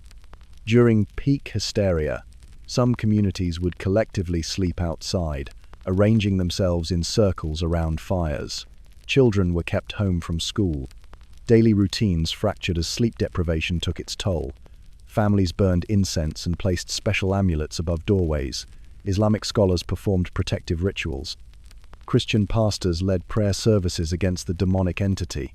Ancient practices and modern faiths converged in the face of shared terror. Anthropologists and psychologists who've studied the phenomenon offer various interpretations. Some see Popo Bawa as the manifestation of collective trauma society processing political oppression, economic uncertainty, and rapid cultural change through a shared mythology. The sexually threatening nature of the attacks may represent anxieties about changing gender roles or family structures. Others point to historical precedents. The name and certain characteristics of Popo Bawa can be traced to Portuguese colonization and Arab slave trade influences. Perhaps this modern monster carries the weight of historical abuses, resurfacing during times of social strain as a kind of cultural memory. The belief that speaking about trauma offers protection mirrors contemporary psychological understanding of processing difficult experiences. What's remarkable is how the Popo Bawa phenomenon transcends educational levels and religious backgrounds. University professors and illiterate fishermen alike report encounters. Muslim, Christian, and traditional spiritual practitioners all acknowledge its power.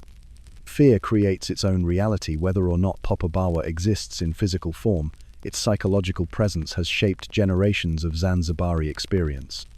As our time on Pemba Island comes to an end, the evening softens.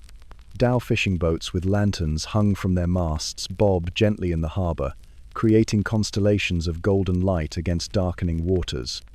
The sound of waves against the shore creates a hushing rhythm, as if the ocean itself is quieting the whispers of fear. Children are being called home for dinner. The scent of cloves mingles with cooking fires and salt air. Somewhere in the gathering darkness, wings may beat.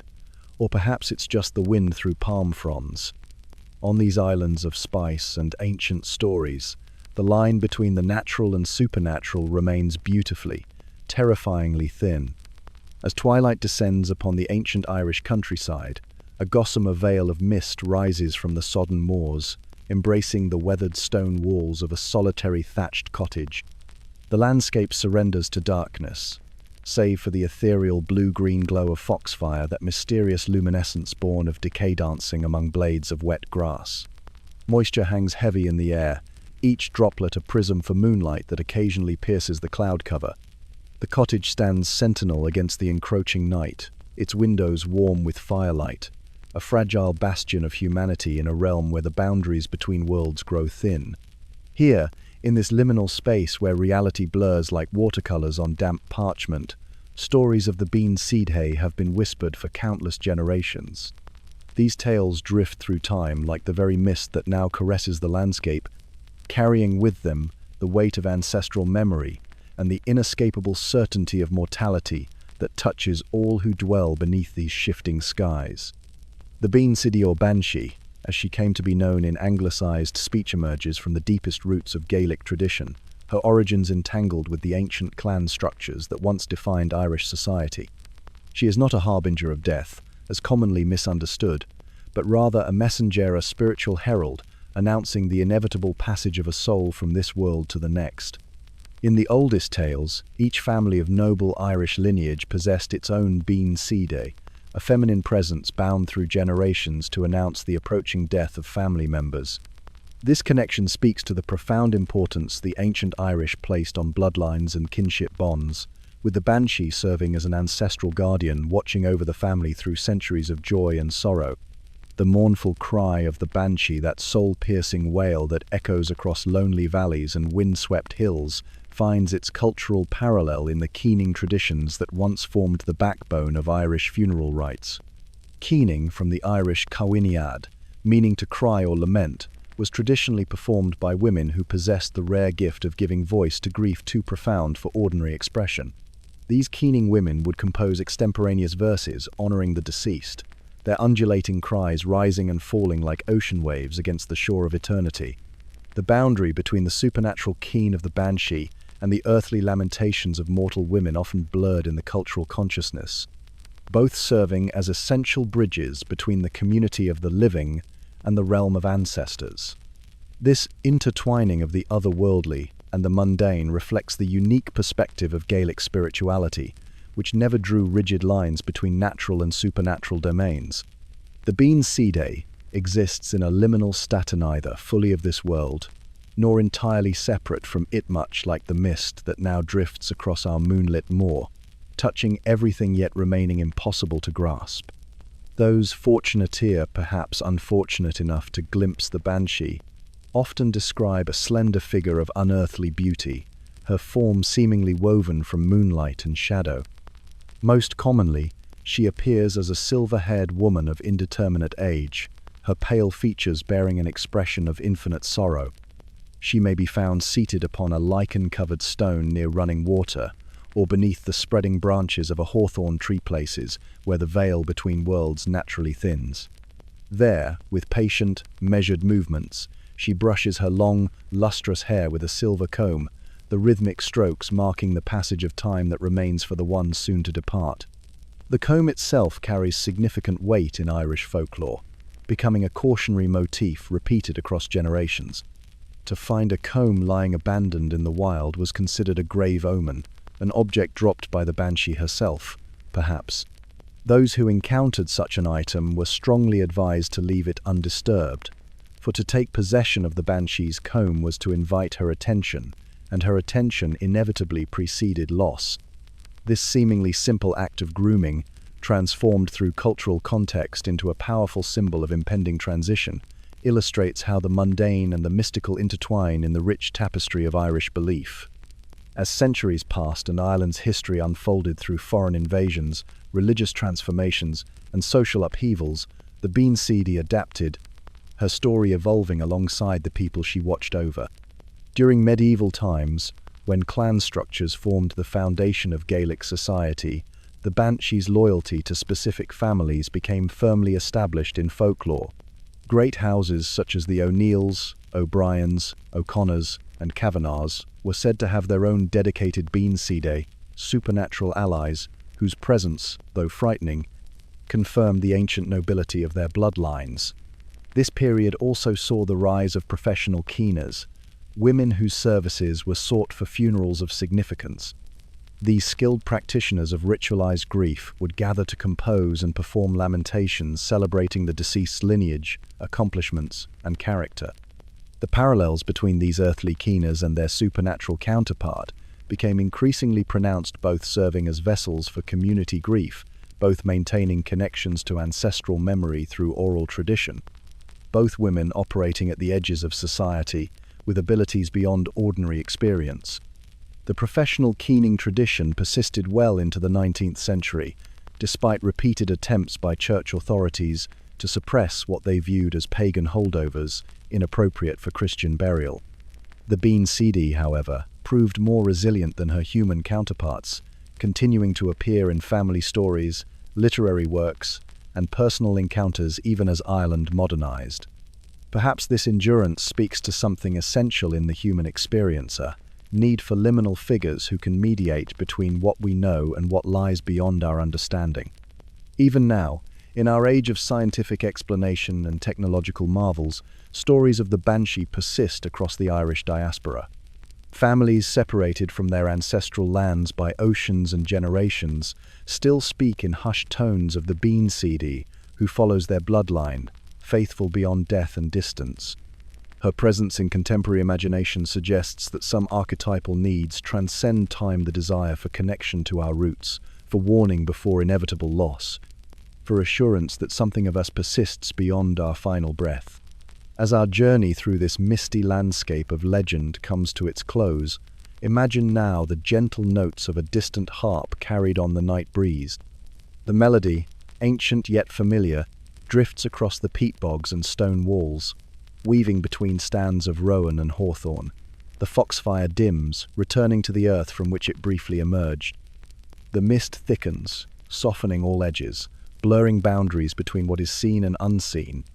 The harp notes continue, growing fainter, leading us onward through the veil of sleep to realms where stories and dreams commingle, where ancient voices still whisper truths too profound for daylight hours, where perhaps if we listen with more than our ear sweet, might discern the deeper harmonies that bind us to those who walked these mist-shrouded paths before us, and to those who will follow when our own time has passed.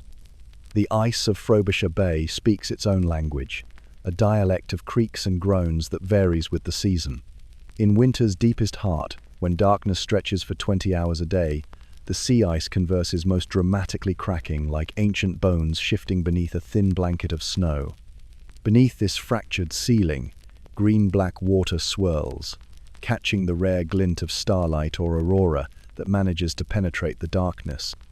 This liminal zone, where solidity gives way to liquid, where light fades to darkness, is home to one of the Arctic's most enduring and unsettling legends.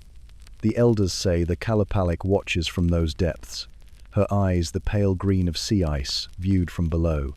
Patient as the tides, she waits near the ice edge where curious children might venture despite their parents' warnings.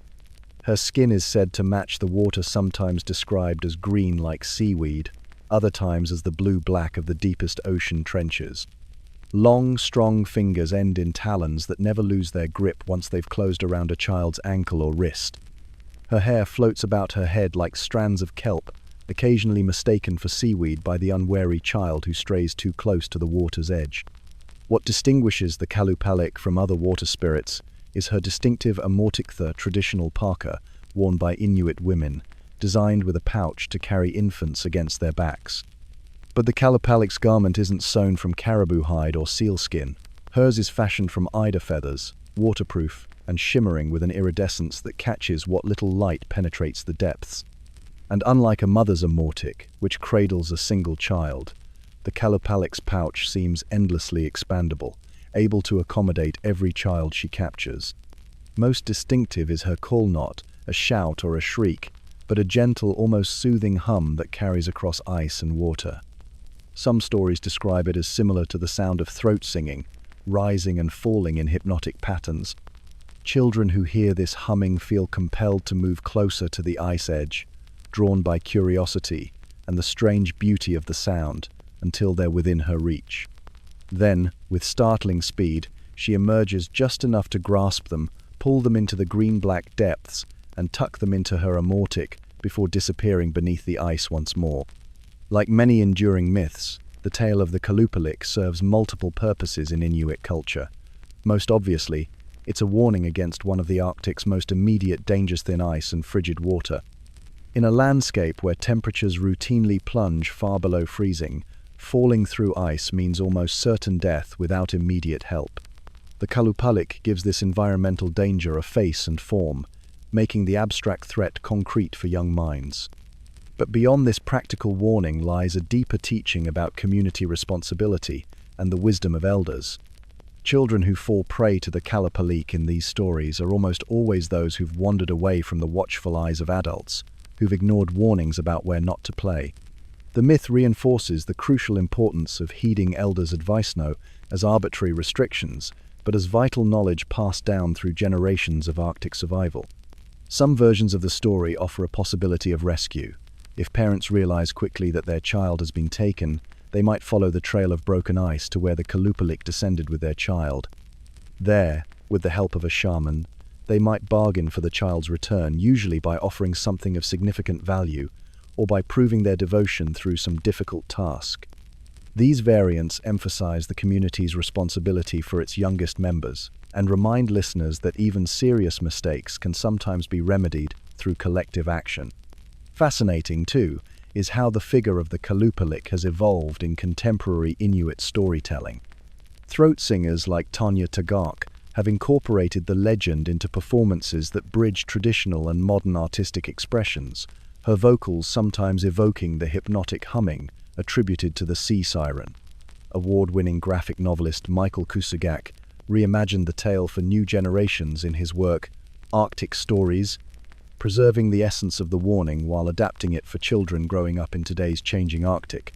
The Kalupalik also appears in the video game Never Alone, which was developed in collaboration with Alaskan Inupiat people to share their cultural stories through an interactive medium.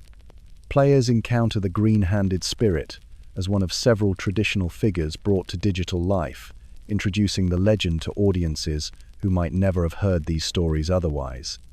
In these adaptations, we see how myths breathe and change with their cultures, remaining relevant even as the physical and social landscape transforms. As darkness deepens over Frobisher Bay, the aurora pulses overhead, green and violet ribbons undulating like a cosmic heartbeat. The ice settles and stretches beneath this celestial light show, occasional cracks sending vibrations through the frozen expanse.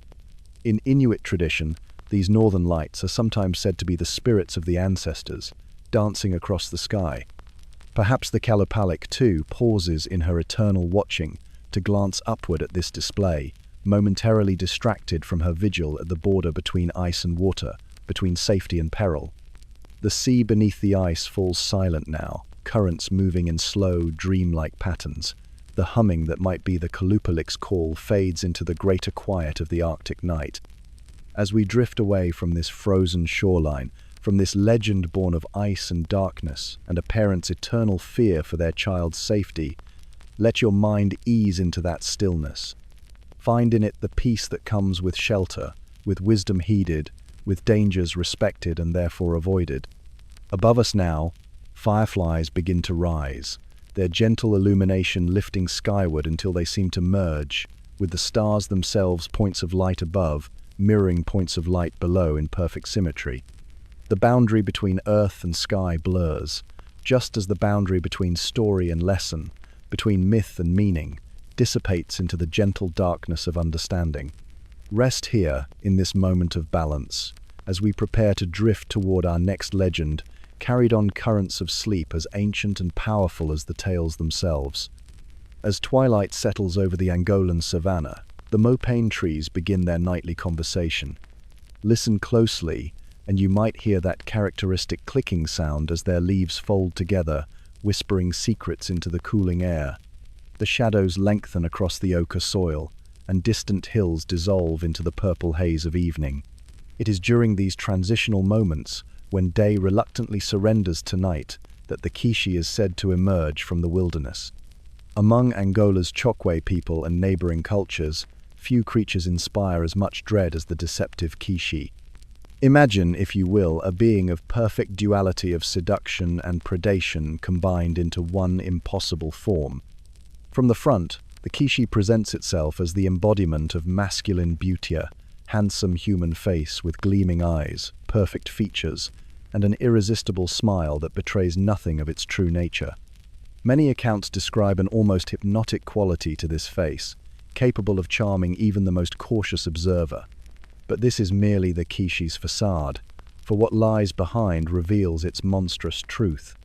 Turn around, and where you might expect to find a human back, there instead grows the powerful, hunched body of a hyena, complete with coarse fur, powerful haunches, and most terrifying of all, a second face.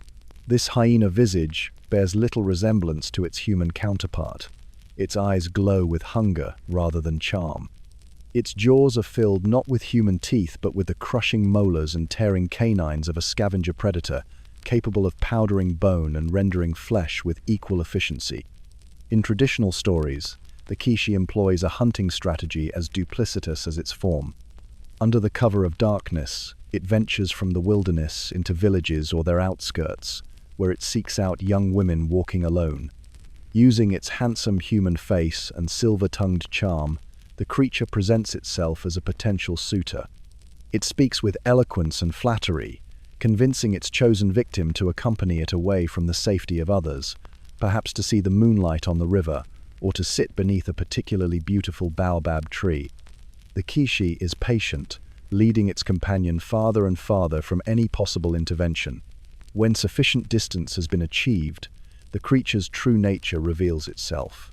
As the unsuspecting woman walks beside her new companion, the hyena face begins to stir. With a terrible swiftness, the creature pivots, and what was moments before a charming suitor becomes a ravenous predator. The hyena jaws open wide to consume the victim, often beginning with the liver, considered the most delicious morsel in many African hunting traditions. By morning, nothing remains but scattered bones, with no handsome stranger to be found anywhere in the vicinity. Like many enduring folk tales, the legend of the Kishi serves multiple functions within its cultural context. Most obviously, it operates as a warning about the dangers of trusting strangers too readily, particularly those whose charm seems too perfect to be genuine. Young women in traditional Angolan communities would hear these tales from childhood, embedding caution into their understanding of the world beyond familiar boundaries. The specific emphasis on courtship in these narratives also speaks to anxieties surrounding marriage outside one's known community, a common concern in many traditional societies where familial and tribal connections form the backbone of social security. But the symbolism extends deeper. The hyena aspect of the Kishi taps into Pan-African associations with these complex predators. Across the continent, hyenas occupy an ambiguous position in folklore and mythology. They are seen as boundary-crosser creatures that blur the lines between categories. Neither fully canine nor feline, both predator and scavenger, nocturnal yet occasionally active in daylight, hyenas resist simple classification. In many traditions, this liminality connects them with witchcraft and supernatural danger. The notorious laugh of the spotted hyena further anthropomorphizes them in unsettling ways, suggesting a dark intelligence behind their actions. The Kishi, with its perfect bisection between human and hyena, embodies this ambiguity. It represents the dangerous threshold between the known and the unknown, between the village and the wilderness, between the safety of community and the peril of isolation.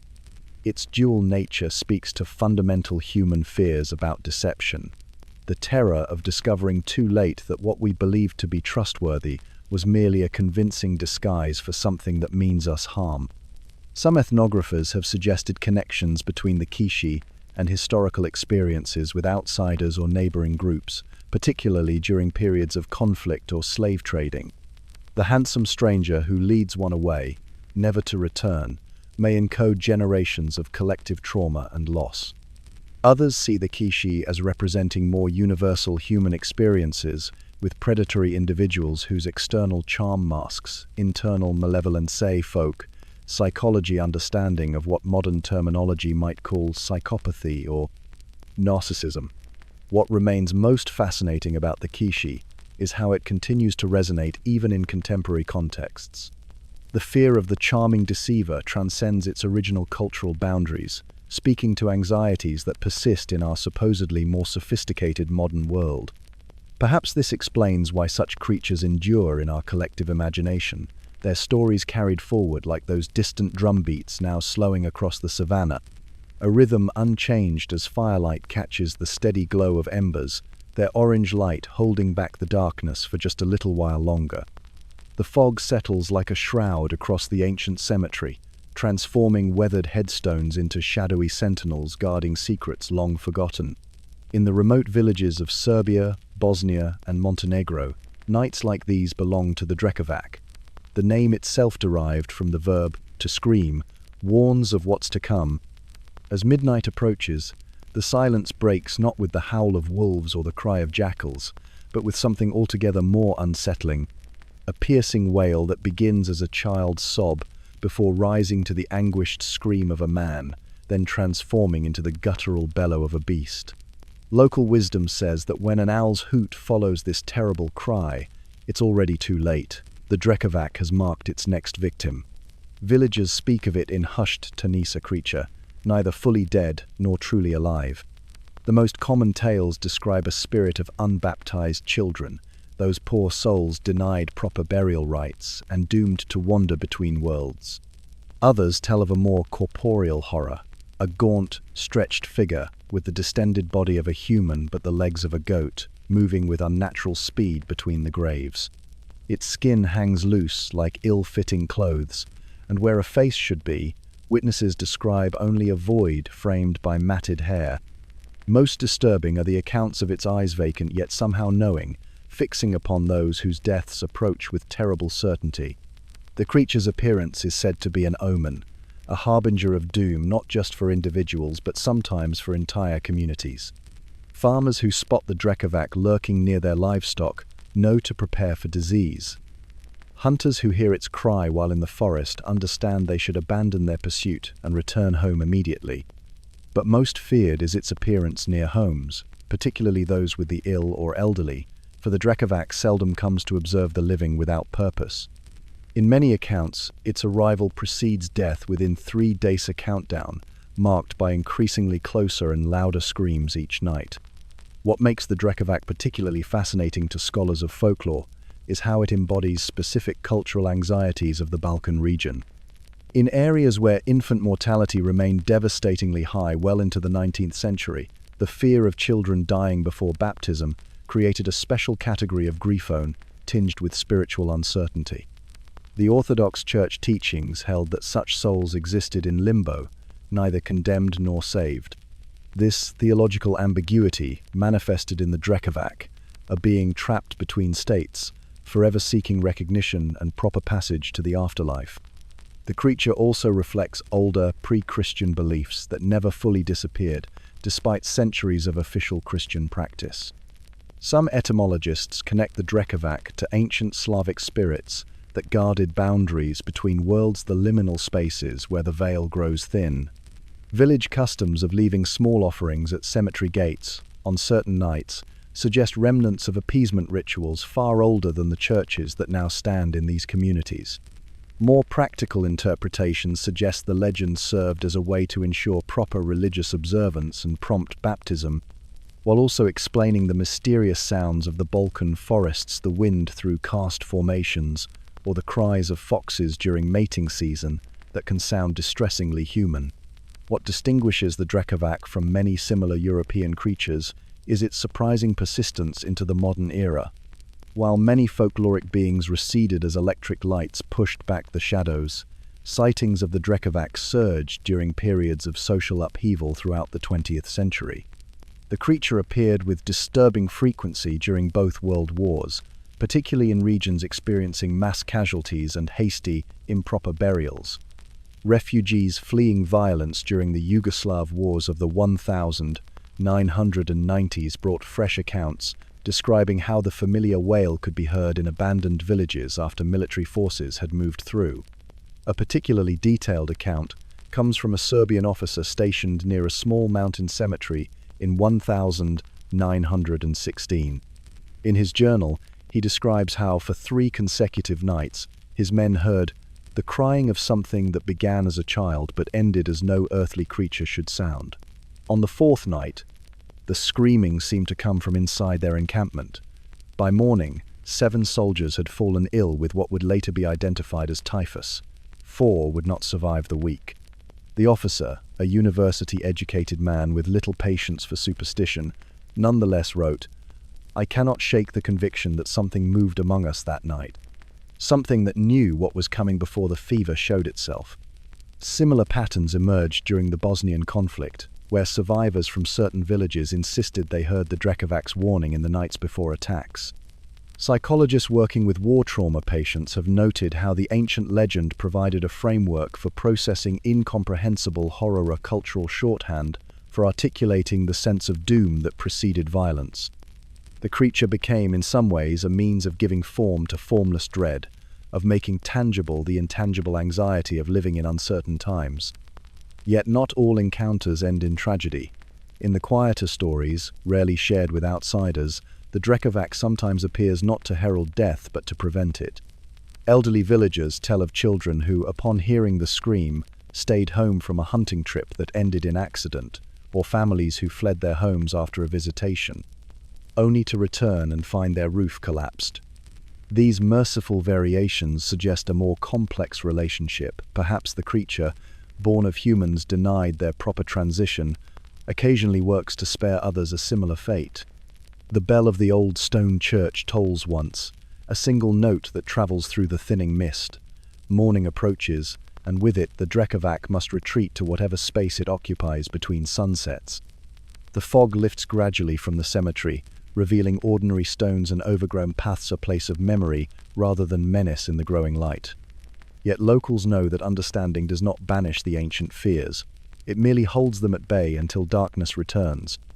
They will still baptize their children promptly, still avoid the cemetery after dusk, still listen for unnatural screams when illness visits their homes. In the distance, the rhythmic beat of drums slows to match the pace of a resting heart. The fire that has illuminated our night of stories burns lower now, embers glowing with steady, comforting warmth. Our journey continues, but the path ahead leads away from the mist-wrapped graves of the Balkans and toward different shadows, different fears that have shaped the human experience across time and place. Along the winding paths of West Kalimantan, frangipani trees line the roads like silent sentinels, their stark white flowers glowing against the darkness. These flowers, with their 5 delicate petals and golden centershave, become synonymous with beauty in Indonesian culture. Locals cultivate them near homes, their sweet fragrance drifting through open windows on warm nights. But the old ones know better. They plant these trees at a distance, understanding that beauty often masks danger. For in Indonesian lore, the scent of frangipani isn't merely a pleasant aroma, it's a warning. It's the calling card of the Pontianak, a vengeful female spirit whose presence is heralded by these very blossoms. The fragrance intensifies as she draws near, becoming sickeningly sweet, almost oppressive, before revealing her true nature. Unlike other predatory spirits who announce themselves with terror, the Pontianak lures with beauty, first much like the delicate blooms that share her essence. Her story begins, as many ghost stories do, with betrayal. Long ago, a beautiful young woman named Kuntilanak lived in a coastal village. She was to be married to a fisherman who had won her heart with promises of devotion. As her belly swelled with their child, her happiness seemed complete. But her husband's eye began to wander, his promises proving as insubstantial as morning mist. One night, she overheard him speaking with another woman, planning to abandon his pregnant wife once the monsoon season ended. Mad with grief, Kuntilanak took a blade to her own throat, her unborn child dying with her. But death did not end her, Sufferinjit transformed it. Rising from her grave, she became the Pontianak, cursed to eternally seek vengeance for her betrayal. Some versions claim she died during childbirth, while others insist she was murdered by a jealous rival. The variations matter little to those who encounter her. What remains consistent is her unquenchable rage toward men who betray women, and her particular hunger for the blood of newborns, a twisted reflection of the maternal life stolen from her.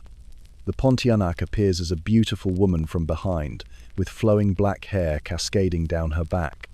But when she turns, her face reveals a horrifying visage, hollow eyes, sharp fangs, and sometimes a gaping hole where her womb should be. Her laugh starts as a woman's gentle giggle before climbing to a bone-chilling screech that freezes the blood of all who hear it. The sweet fragrance of frangipani always comes first, a deceptive prelude to horror. Those wise to her ways know that when the scent becomes too strong on a windless night, it's time to seek shelter. Her favorite haunt is the banana tree, where she's often seen hanging upside down, her white dress fluttering in the absence of wind. The banana tree's significance isn't random in Indonesian culture. The banana tree is associated with birth and femininity. The tree produces fruit without fertilization, a kind of virgin birth that ties to the Pontianak's own interrupted motherhood. She hovers near these trees, suspended between the worlds of living and dead, just as she was suspended between maidenhood and motherhood when her life was cut short. Rural Indonesians have developed methods to protect themselves from this vengeful spirit. Long iron nails are hammered into the trunks of trees where she's been spotted. If driven through the back of her neck, these nails can neutralize her powers, transforming her back into a beautiful woman who might even become a dutiful wife, though few would risk such a union. The nails represent man's dominion over supernatural forces, a physical counterpoint to the ethereal threat she poses. Pregnant women take particular precautions against the Pontianak, avoiding going out after dark and keeping sharp objects beneath their beds. Certain foods are forbidden during pregnancy, not merely for health reasons, but because their strong smells might attract the jealous spirit who covets what was denied to her. The restrictive pregnancy taboos connected to Pontianak lore reveal deeper cultural anxieties about motherhood and female autonomy. A pregnant woman must not sit in doorways, look into mirrors after dark, or speak unkindly of other creature soul to avoid drawing the attention of the Pontianak. These rules serve a dual purpose: protecting vulnerable mothers to be, while simultaneously controlling their behavior through supernatural fear. The message is clear: deviate from prescribed feminine virtue, and you risk becoming like her, or worse, becoming her victim. The Pontianak has transcended folklore to become a mainstay of modern Indonesian cinema.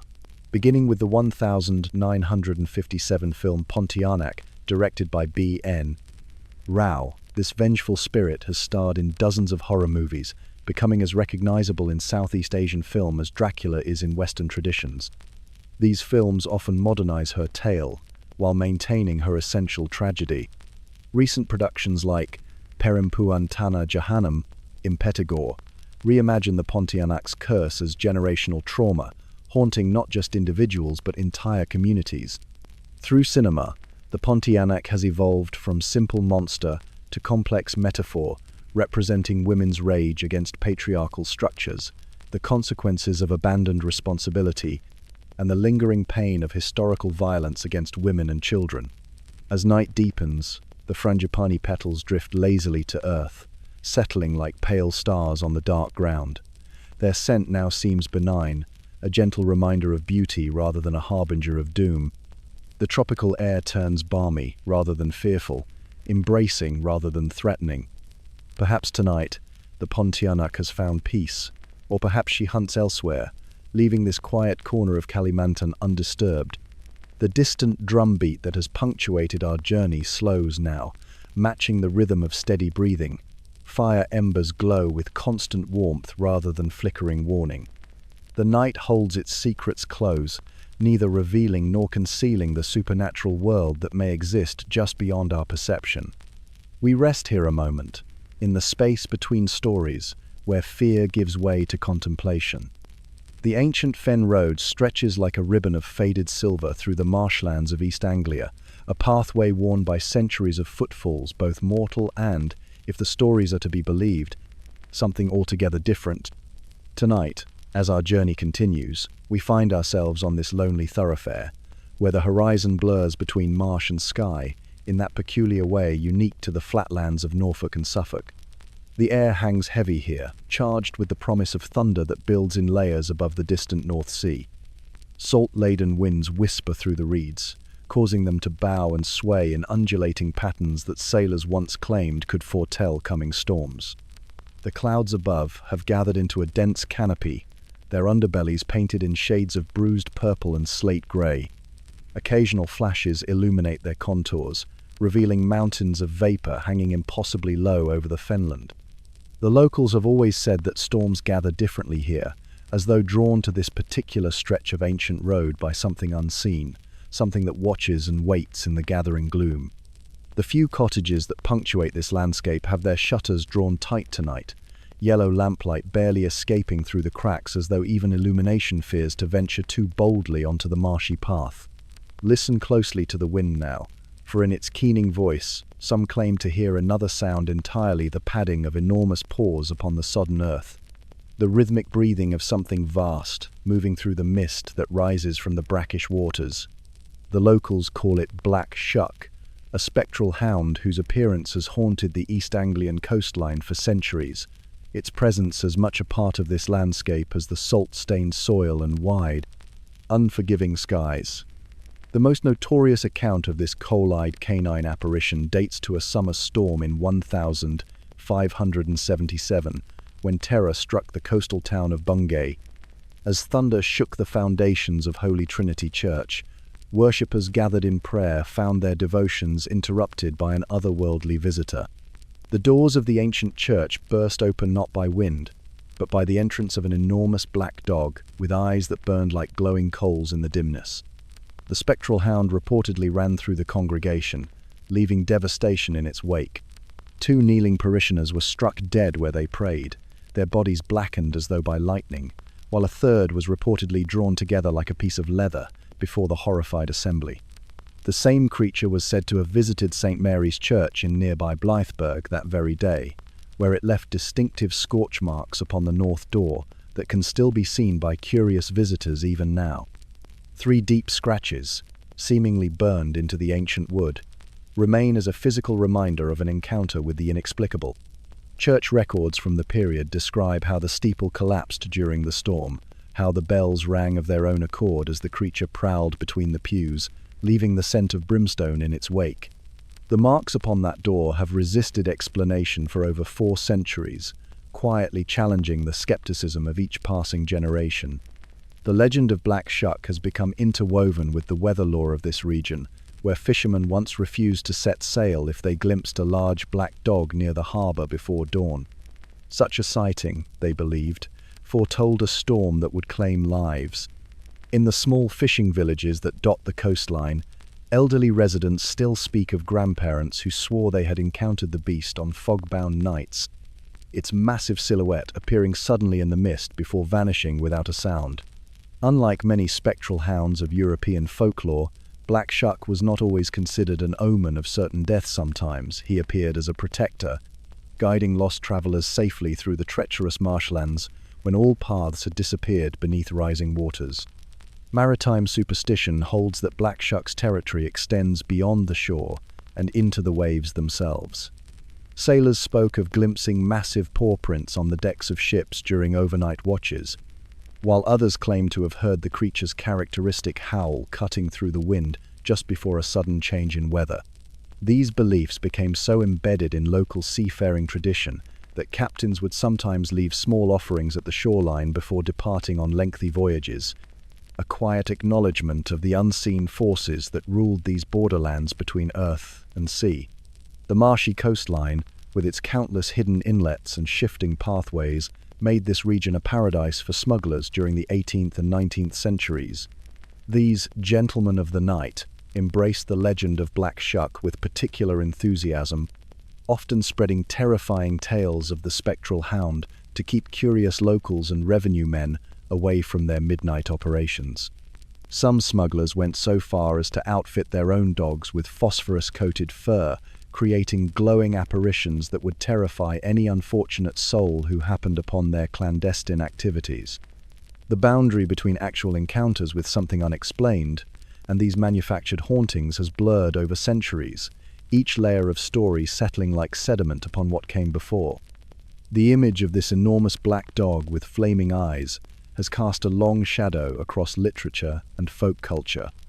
Arthur Conan Doyle famously drew inspiration from Black Shuck and similar legends when crafting The Hound of the Baskervilles, perhaps the most celebrated Sherlock Holmes adventure, The influence of East Anglia's phantom hound can be traced through centuries of ghost stories, where the motif of a spectral black dog often signals the crossing of a threshold between the mundane world and something altogether more mysterious. More recently, Black Shuck has found renewed life in the resurgence of folk horror music, where artists have set the ancient tale against backdrops of atmospheric electronics and traditional instruments, creating soundscapes that capture the eerie liminality of the fenland landscape. Modern composers have found particular inspiration in the ambient sounds of the marshes themselves, the hollow call of reed buntings, the distant toll of church bells carried across the flatlands, the peculiar acoustics of fog that can transform ordinary sounds into something altogether more haunting. This musical tradition continues a centuries-old practice of transmitting the Black Shuck legend through artistic expression, each generation finding new ways to articulate the particular dread and wonder inspired by this creature that stalks the boundaries between the known and unknown. But now, as our exploration of this ancient tale draws to its close, notice how the storm clouds that have gathered above us throughout our journey have begun to disperse. The oppressive weight of the approaching tempest lifts gradually, rolling away toward the horizon like a tide receding from the shore. The first pale silver of dawn light begins to filter through breaks in the cloud cover, illuminating the dew-laden marsh grasses with a gentle luminescence that transforms the landscape from a place of shadow to one of quiet beauty. As daylight strengthens its hold, a single lark rises from the reeds, its ascending spiral of song cutting through the dissipating mist like a thread drawing the sky closer. This is the moment when even the most fearsome legends lose their power to frighten, when the spectral hound retreats to whatever realm it calls home until darkness falls once more. The lark climbs higher, its melody an invitation to release the tension of night's uncertainties and surrender to the comfort of approaching sleep. As its song fades into the brightening sky, we too find ourselves drawn toward rest, toward dreams that wait just beyond the horizon of consciousness, carried there by stories that have kept their mysteries intact across the centuries.